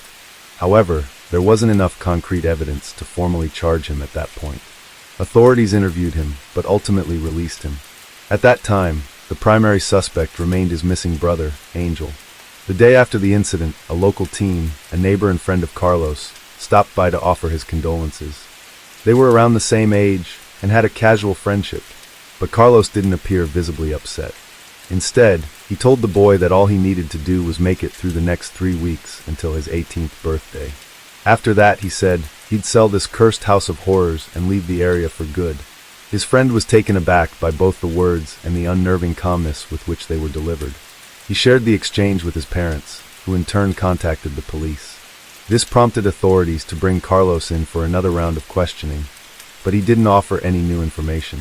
Investigators decided to bring in a dive team to search the lake behind the Hollowell property, suspecting that the missing cameras and Denise's phone may have been dumped there. The lake wasn't especially large, and it didn't take long for them to locate the items. Unfortunately, the cameras were useless. They had been turned off before the incident and contained no recorded footage. However, the phone told a different story. Data revealed it had been powered down, likely after hitting the water, just 10 minutes before Carlos made the call to emergency services. Even more telling, Denise had been actively messaging a friend on social media only 15 minutes prior to that. This allowed investigators to pinpoint the approximate time of the attack with a high level of accuracy. Carlos had insisted he'd been asleep during that time, and had only woken up when he heard the dogs barking outside, but analysis of his own phone usage painted a different picture. His device had been active shortly before Denise was attacked. Additionally, a nearby neighbor told police he had seen Carlos outside around 5:30 p.m., walking toward the backyard shed. When confronted with this evidence, including the neighbor's statement, Carlos started to backtrack and became inconsistent in his responses. Eventually, he admitted that he had, in fact, gone outside around that time. He claimed he was splitting firewood behind the house to blow off steam after an argument with his mom. At one point, Carlos said he went back inside the house to get a glass of water. He sat in the kitchen for about 5 minutes, and that's when he heard the dogs barking. He stepped outside, but didn't see anyone who might have let them out. Thinking it might have been his mother, he headed to her bedroom, and that's when he discovered her lying on the bed with an axe embedded in the back of her head. Carlos continued to insist he was innocent, maintaining that his runaway younger brother, Angel, was the real culprit. His attorney built a defense strategy around this version of events. Since there was no physical evidence directly linking Carlos to the crime, and because Angel was still missing, investigators had no choice but to keep him listed as a possible suspect. A major turning point in the case came in early 2020 when authorities finally tracked down Angel. He had been living in another state, held in a juvenile detention facility after being arrested for a break-in. Because he had used a false identity, it had taken time to confirm who he really was. Records showed that at the time of the crime, Angel was already in custody, meaning he couldn't have been involved in what happened to Denise. He was brought back to California to testify in court. On the stand, Angel described his brother as someone deeply troubled, someone who had tormented both him and their adoptive mother. He also claimed Carlos was responsible for the disturbing cases of animal cruelty that had plagued the neighborhood. Faced with mounting evidence and no way to redirect blame, Carlos eventually agreed to a plea deal and admitted responsibility for the crime. However, when pressed on his motive, he struggled to give a clear answer. He simply said he hated his mother, dreamed of selling the house, and wanted to leave everything behind. He said the idea just came to him while chopping firewood. This explanation was used in an attempt to frame the act as unplanned, a spontaneous outburst, rather than premeditated violence. Carlos even claimed he had experienced a temporary mental breakdown, but the fact that the surveillance cameras had been turned off in advance and later removed from the house painted a different picture, one that suggested careful preparation. In March 2021, Carlos was found guilty of the deliberate and intentional killing of his adoptive mother. He was sentenced to life in prison without the possibility of parole. However, because he was a minor at the time of the crime, the court granted him the right to a sentence review in the year 2041. Case 6. Derek Campos Lates was born on November 13, 1991. At the time of the events, he was a 20-year-old young man living with his mother in Wisconsin, United States. When Derek was born, his mother, Shelley, was only 19 years old and still in college. Shelley had no plans to have a child at that moment, and she knew life wouldn't be easy from then on, especially since the man who got her pregnant wanted nothing to do with the baby, leaving her to be a single mother. The following months were filled with anxiety and nervousness for Shelley, as she had no idea how she would support the child she was expecting. However, when Derek was born, she held him in her arms, looked at him, and felt a sense of peace. She said that from that moment on, she would do everything to ensure her son had a good life. Shelley faced many challenges as a mother, but she always tried to do her best. When Derek was just 7 weeks old, he became ill and started crying nonstop. After taking him to the hospital, doctors found that he had respiratory issues caused by severe pneumonia. His condition was critical, and because of that, he had to be urgently airlifted to a specialized hospital in Duluth, Minnesota. The flight took over 2 hours, which left Shelley extremely anxious. Upon arriving at the hospital, Derek was immediately admitted, and the doctor in charge told Shelley that he couldn't guarantee her son would survive because his condition was extremely serious. At that moment, Shelley began to pray and told herself that if her son survived, she would make him the happiest boy in the world. As you may already know, Derek survived, and after this great scare, Shelley became an extremely protective and affectionate mother. According to people close to her, Shelley gave Derek almost everything he asked for and indulged all of his wishes. This obviously spoiled him, and as we know, this usually doesn't end well. Derek's childhood was described as normal, but as he grew, he began to show abnormal behavior. He became an aggressive child who wouldn't accept no as an answer. On one occasion, Shelley was with Derek in a supermarket, and as they passed the toy section, the boy asked her for a toy he liked. However, That day Shelley was counting her money and told her son that she couldn't buy the toy, but promised they would come back another day to get it. Upon hearing this, Derek became furious. He then grabbed the toy he wanted and broke it. Next, he picked up another toy identical to the one he had broken and told his mother that if she didn't buy it, he would break that one too. Shelley ended up giving in to her son's demand and later said she had never seen Derek like that, with eyes full of hatred. As the years went by, Derek continued to display abnormal behavior. Unlike other children, when he ate, he didn't like to touch his food, not even when it was pizza fries or a sandwich. He would only eat with a fork and knife. He also didn't like to play with other children, and on some occasions, he even assaulted kids who tried to approach him to play. Even the way he played with his toys was unusual. Derek would line up all his toys in front of him in a very organized manner. Then he would step back a few meters and observe them for a while. He would only touch them again to put them away. Derek also didn't interact much with other adults besides his mother. On one occasion, a friend of Shelley's visited her at home, and she tried to talk to Derek, but the boy just ignored her with an annoyed look on his face. This same friend had brought her son, a boy almost the same age as Derek. The boy tried to play with Derek, but Derek didn't want to play with him. When the boy grabbed one of the toys that were lined up, Derek pushed him and then started hitting him. Shelley and her friends saw the scene and quickly restrained Derek, who even tried to bite his own mother. A few years later, when Derek was around 7 or 8 years old, Shelley met a man named Robert with whom she started a relationship. One day, Robert went to Shelley's house to meet Derek, and the meeting between the two was described as very strange. Robert was known for being a playful man, and he tried to play with Derek, but the boy completely ignored him. Although at that moment, Robert realized that Derek wasn't a normal child, he still kept trying to interact with him. At one point, Robert started playing with the boy's hair, looking at his scalp as if he were searching for something. When Shelley saw this, she questioned Robert about what he was doing, and Robert replied with a smile that he was just looking for the number 666. Shelley didn't fully understand and was a bit confused, so Robert told her to relax because he was just joking. Later on, Shelley understood what Robert was referring to. The relationship between Robert and Shelley developed, and eventually they decided to get married.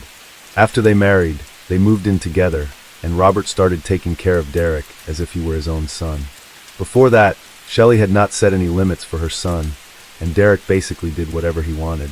Robert knew that this was extremely harmful for a child, and since he had become part of the family, he thought it would be better to intervene. Robert began setting limits and establishing rules for Derek, something the boy was not at all accustomed to. On the first Christmas they spent together, Robert woke up early, arranged the presents under the tree, made a big breakfast, and waited for Shelley and Derek to wake up so they could enjoy everything he had prepared. However, as soon as Shelley and Derek woke up, Derek ran straight to the tree to open his Christmas presents. Shelley had promised her son that she would give him a video game, so Derek could hardly wait to enjoy this gift.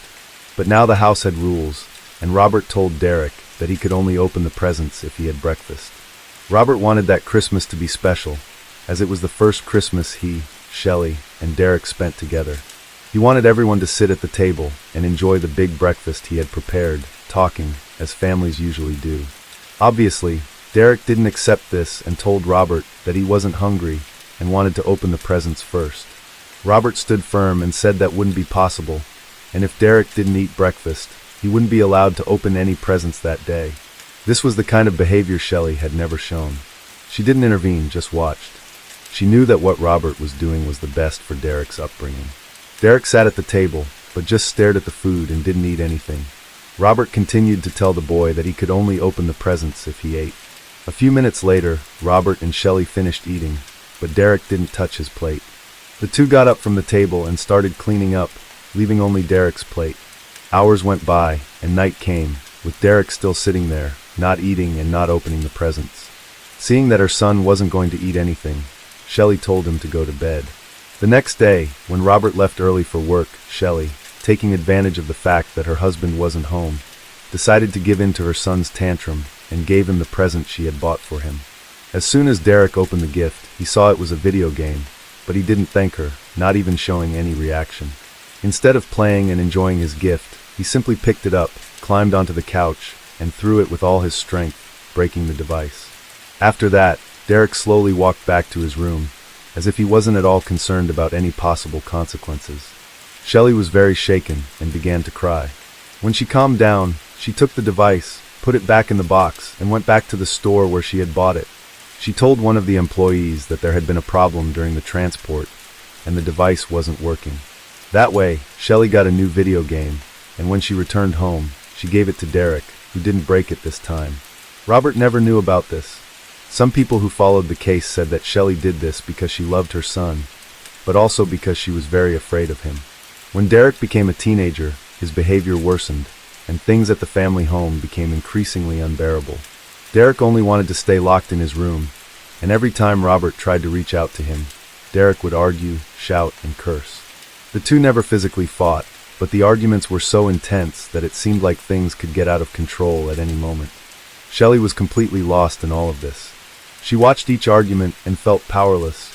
Shelley was very sad about everything. She loved both her son and her husband, and she felt that at any moment this would lead to the end of the family.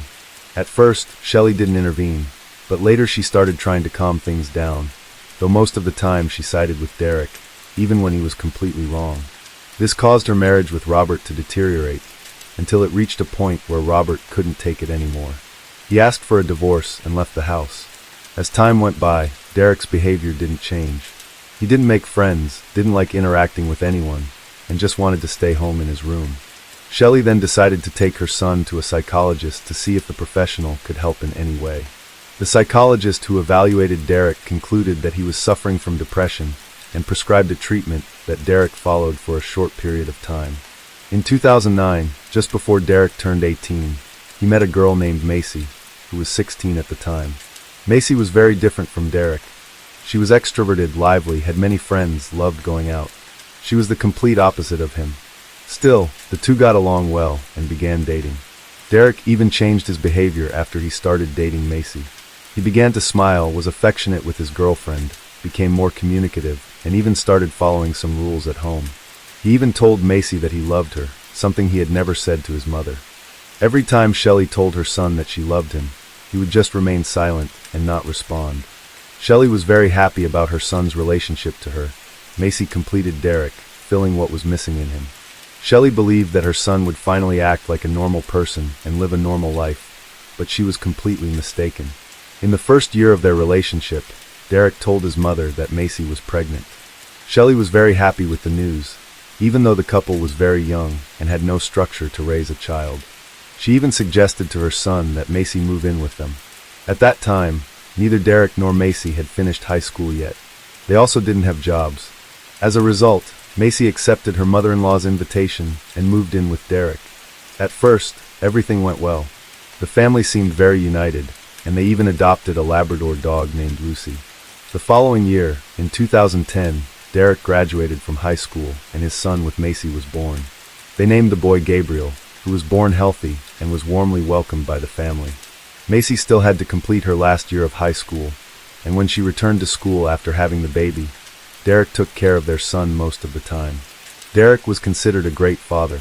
He was attentive, affectionate, and very loving with Gabriel.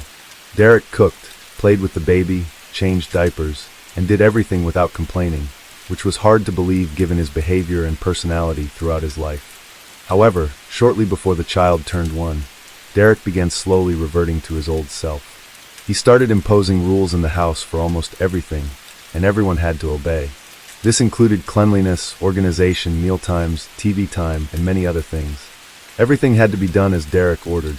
The house curtains always had to be closed. When Shelley woke up earlier than him, she would go to the living room, open the curtains to let light in, but as soon as Derek woke up, he would go and close them again. In addition, Derek started to become frustrated with everything and would argue about anything. He no longer allowed his son to play in the backyard, so the child could only play inside the house. Derek also made a sort of menu with all the types of meals he liked the most, and his mother had to prepare them whenever he chose, regardless of the day or time. He was the one who controlled the grocery shopping, even though he didn't work to help. After graduating high school, Macy got a job, and the only time Derek allowed her to leave the house was to go to work. She had a set time to leave and a set time to return. Derek timed her schedule based on the route she had to take from home to work and from work to home. He knew exactly what time she left work and when she should arrive home. If Macy was even a minute late, Derek would argue with her when she got home. Shelley tried to calm things down when this happened, but Derek told her not to interfere. Due to all of this, Shelley, who had been happy about her son's improved behavior, started to feel depressed when she realized he was getting worse. Shelley turned to alcohol for solace, something she had struggled with in the past. She gave into the addiction again in an attempt to feel better and escape her reality. At that time, Derek was 19, and he was no longer satisfied with just imposing his will. He started saying disturbing things that left everyone uneasy. One night, Shelley went to the kitchen to get some water from the fridge and found Derek sitting at the table cleaning an AK-47 rifle. Shelley had no idea how Derek had gotten the gun, and she was so scared that she froze and didn't know how to react. When Shelley turned her back and started walking toward another room in the house, Derek pointed the gun at her and asked if she was afraid of him. Shelley stood still, unable to answer. She then went to her room, and after that incident, Shelley spent most of her time locked in her room drinking. Out of fear of her own son, she began avoiding him, and her room became her refuge. She only left for work, and whenever she encountered Derek, she spoke just enough to avoid upsetting him. Derek noticed that his mother started spending more time in her room and avoiding him. From time to time, he would go to her room and knock on the it was just a way to show that he was there, that he was around, almost as if he was asserting some dominance. One time, Shelley got sick and needed to be hospitalized for surgery to remove her gallbladder. When she returned home, she noticed that Lucy, the family dog, was missing. She asked Derek where Lucy was, and Derek said she had run into the street and was hit by a car. Shelley, terrified, asked where the dog was now, and Derek replied that she had died and that he had gotten rid of her body. The problem was that Lucy didn't have a habit of running into the street, as Derek claimed. Shelley knew her son was lying and probably had something to do with the dog's disappearance, but she was too scared to confront him and pretended to believe his story. Around this time, Derek began to abuse Macy, his girlfriend. This was the last straw for Macy, who had already had enough of the life she was living with Derek. The young woman decided it was time to leave. On her 18th birthday, Macy took advantage of the fact that Derek wasn't home, packed all of her belongings, and left. She decided to leave Gabriel, their son, behind because she believed that if she took the boy, Derek would go to great lengths to find him and would likely do something harmful to her out of revenge. Macy had already talked to Shelley, who supported her decision. When Derek came home and Shelley told him that Macy had left, he simply sat down and remained silent, showing no emotion. Shelley expected a completely different reaction, but Derek just stayed still, staring at her. Then he stood up, lowered his head, and went to his room. On September 7, 2012, Shelley was leaving for work when she found Derek in the living room with all the curtains closed, pacing back and forth. Derek was talking to himself and kept repeating the same phrase over and over. Gabriel will never call another man dad. Shelley asked her son what was going on, but Derek ignored her and kept repeating the phrase. Noticing she was going to be late for work, Shelley decided to leave Derek as he was and went to work. At that time, Shelley had stopped drinking and was attending Alcoholics Anonymous meetings. She was experiencing positive changes in her life and had improved significantly.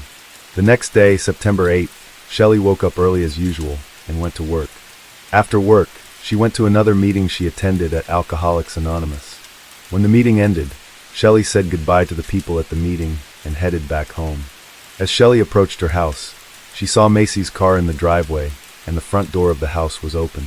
At first, Shelley thought Macy had come by to visit her son, but when she entered the house, she was struck by the eerie silence that filled the place. Inside the house, specifically in the living room, Shelley found what appeared to be blood stains. She followed these stains, which led her to the bathroom. The bathroom door was locked, but Shelley could see blood seeping under the door. At that moment, she feared that Derek had taken his own life or done something to his own son. But when she opened the bathroom door, she found Macy in the bathtub with a deep wound in her neck. Desperate, Shelley began searching the house for her grandson while calling the police, but there was no sign of the child, nor of Derek. The police arrived quickly at the house, and when they entered the bathroom, they saw that there was nothing more they could do. Macy was already dead. All Shelley could do in that moment was cry in despair, for if Derek was capable of doing that to Macy, he could just as easily do the same to his own son. She couldn't stop thinking about it.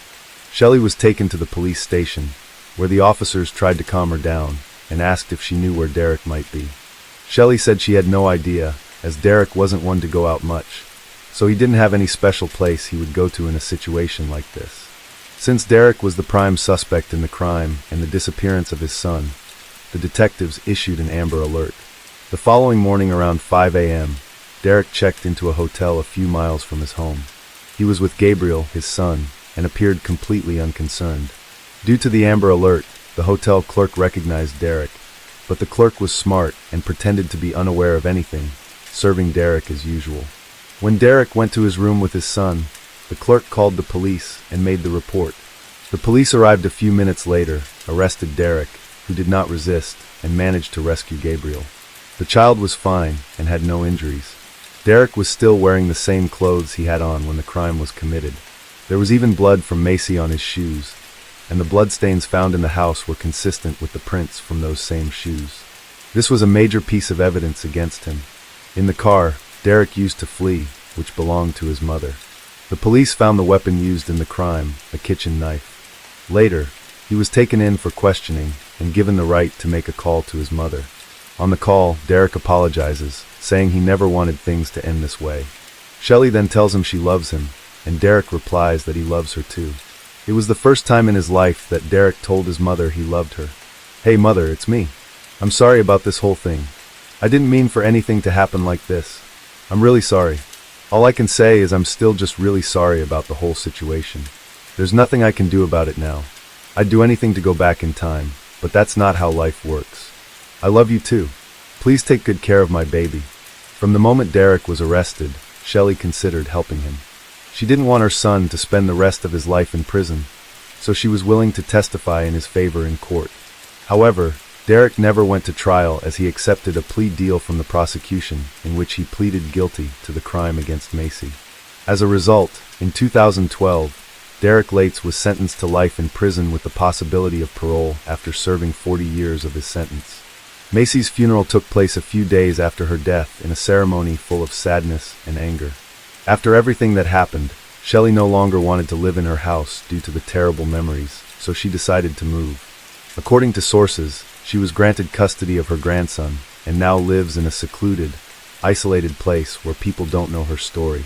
In a statement, Shelley said that she raises her grandson in a completely different way from how she raised Derek, as she doesn't want her grandson to be like his father. She also said that she feels guilty for what happened to Macy, and that she will do everything in her power to ensure that Gabriel's story is completely different. I couldn't find information on whether Shelley takes her grandson to visit his father in prison, but what is known is that Derek is in a maximum security prison in the state of Wisconsin, and will likely only leave there when he is elderly. Case 7. On June 24, 2007, the wrestling world woke up to a tragedy that would forever change its history. Chris Benoit, the former WWE World Heavyweight Champion, was now a part of one of the most horrifying events in wrestling history. In a shocking turn of events, Benoit, his wife Nancy, and their son Daniel were found dead in their Fayetteville, Georgia home. What seemed like an ordinary tragedy quickly turned into something much darker, a triple homicide followed by Benoit's own suicide. This wasn't the man fans knew and loved, this was something else. But why? What would drive a hero to commit such a horrific act? Today we're taking a look into the details of that weekend, and what caused a WWE hero to commit a murder-suicide. Benoit was known as a devoted family man, especially by those closest to him. To the wrestling world, though, he was a powerhouse, one of the biggest names in the sport. At 40 years old, he was on the rise, taking on fight after fight. The rabid Wolverine was especially beloved in his home country of Canada, where it seemed he could balance his brutal in-ring persona with being the perfect father at home. Wrestling icon Chris Jericho once said, "Chris was always very much a great father, very much about his family."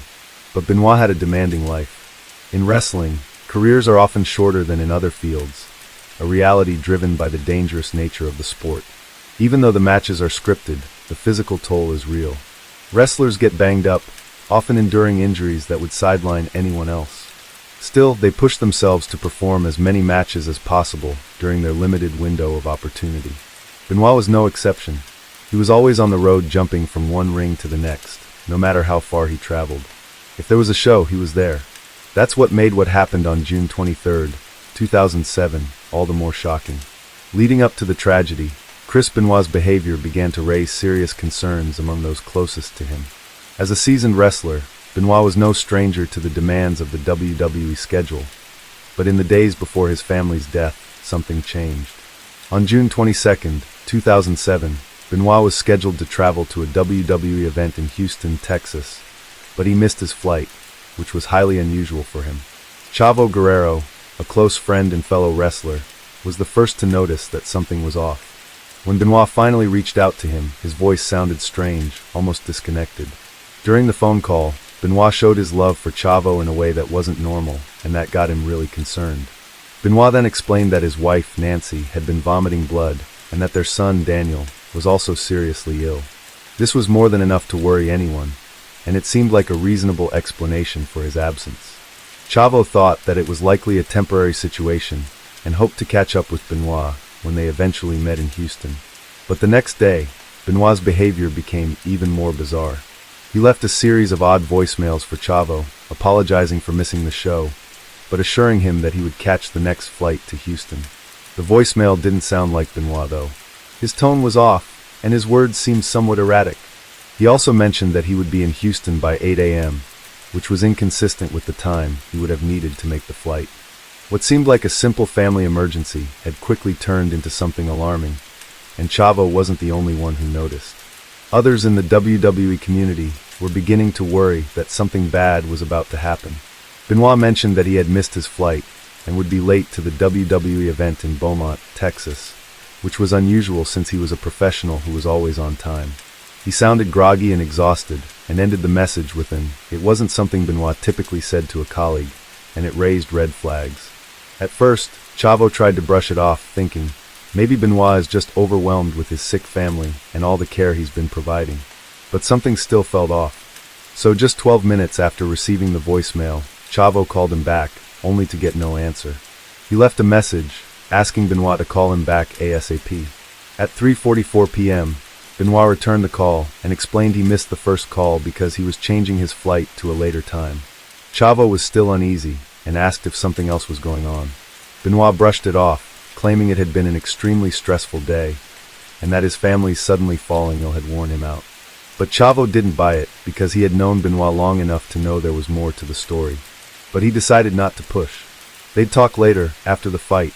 Chavo ended the call with, at 3:51 a.m. on Sunday, June 24th, Chavo and Scott Armstrong, both close friends of Benoit, received more odd texts from him. One of the messages contained the address of Benoit's family home, while the other mentioned that his dogs were safely locked in their enclosure near the pool, and that the garage door was still open. The texts were strange, but it was 3:51 a.m., so no one thought much of it. They figured it was just an accident, and went back to sleep. Chavo assumed Benoit had just made a mistake. A few hours later, Chavo was standing outside Houston Airport, waiting for Benoit to arrive. But hours passed, and he never showed. WWE officials took the next step, and called the Fayetteville police to perform a welfare check on Benoit and his family.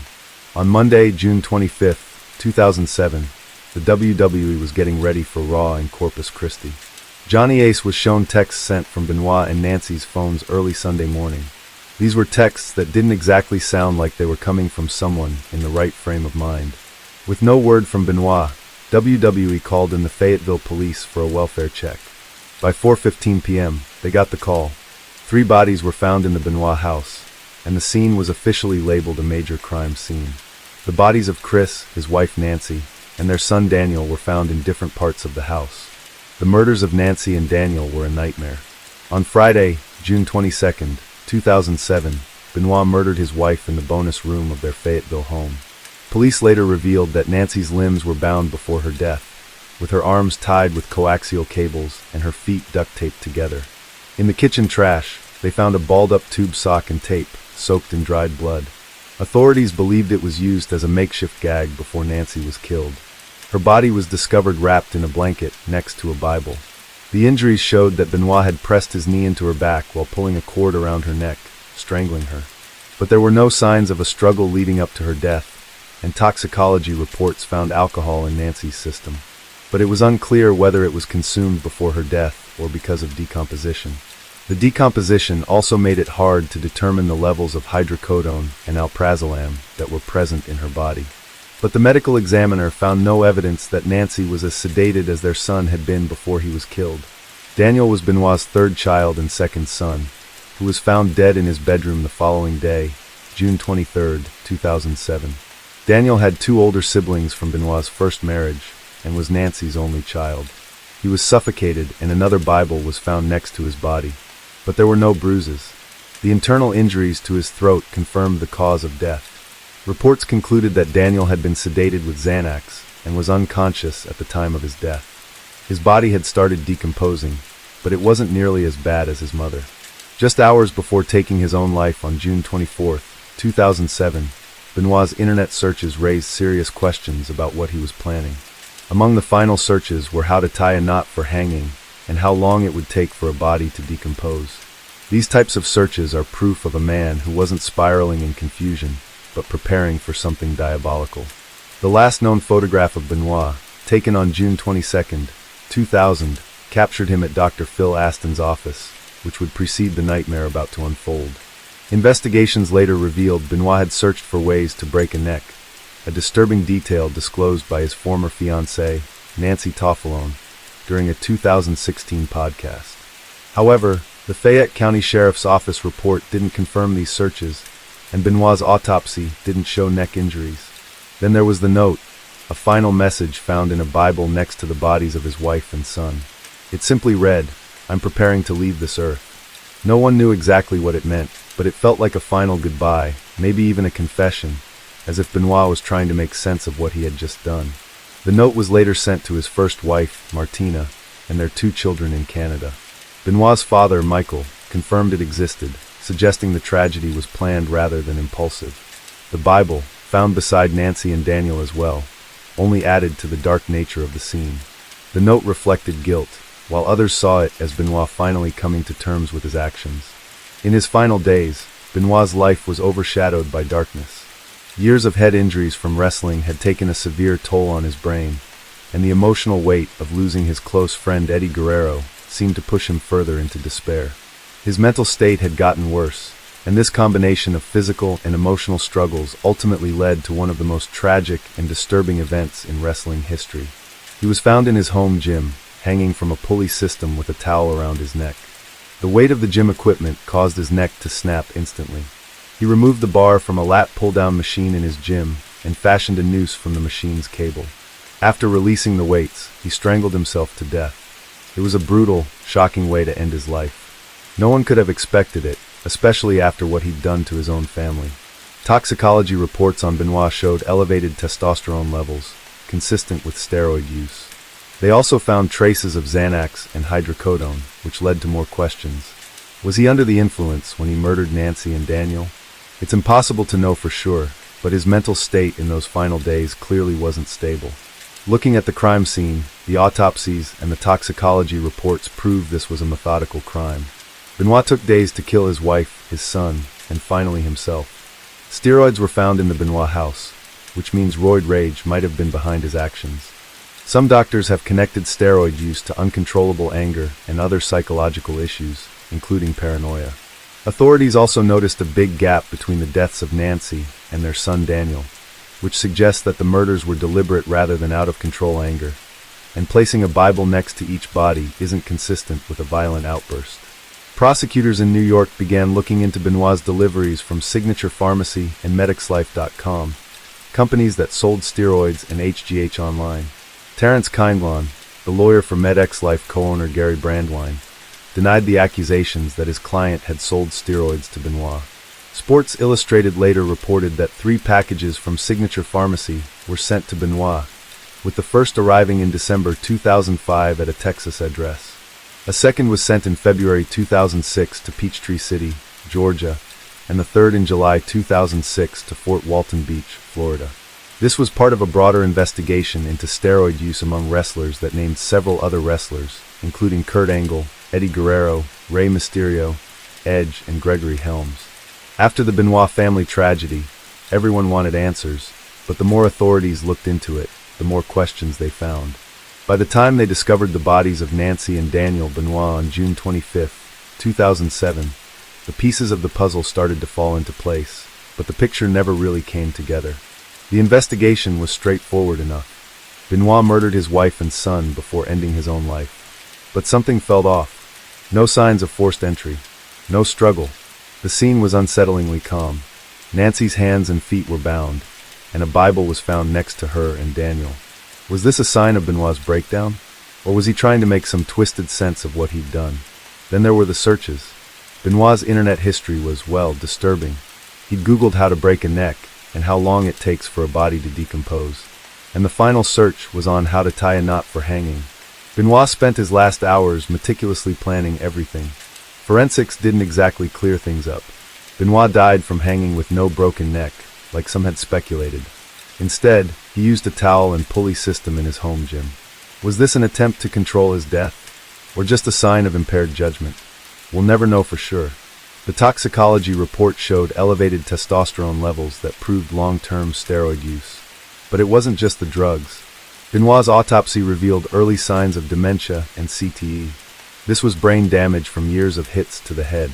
CTE messes with your behavior, causes mood swings, and can lead to violence.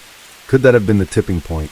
To top it all off, Eddie Guerrero, Benoit's best friend, died 2 years earlier, and many believe that loss pushed him over the edge. Eddie's passing hit him hard, and people close to Benoit have said it sent him into a downward spiral. He became more withdrawn, distant, and seemed to be struggling mentally. The combination of losing someone so close, along with the physical wear and tear from years of wrestling, put a lot of pressure on him.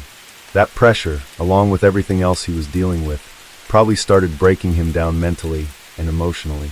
Neuroscientist and former wrestler Christopher Nowinski believes Benoit's had too many untreated concussions, which might have slowly eaten away at his mental health. Nowinski pointed out that Benoit was one of the few wrestlers who willingly took chair shots to the back of his head, which was downright reckless. After testing Benoit's brain, Dr. Julian Bales, head of neurosurgery at West Virginia University, found that Benoit's brain was in such bad shape that it looked like it belonged to an 85-year-old Alzheimer's patient. Other tests revealed Benoit had severe chronic traumatic encephalopathy, with damage spreading across all 4 lobes of his brain and brainstem. Bales and his team concluded that this kind of brain trauma could lead to dementia, which might trigger extreme behavioral issues. Benoit's father later suggested that this brain damage was likely the root cause of the tragic murder-suicide, but the WWE dismissed this as speculative. Nancy had also filed for divorce in May 2003, claiming abuse from Benoit, but withdrew the filing 3 months later. In 2008, the Atlanta Journal-Constitution reported that Nancy may have suspected Benoit of having an affair with a female WWE wrestler, and the couple might have also fought over a life insurance policy. This information came from a report released by the Fayette County Sheriff's Office. There's no simple answer to what caused the Benoit family tragedy, but several theories have tried to make sense of how everything went so horribly wrong.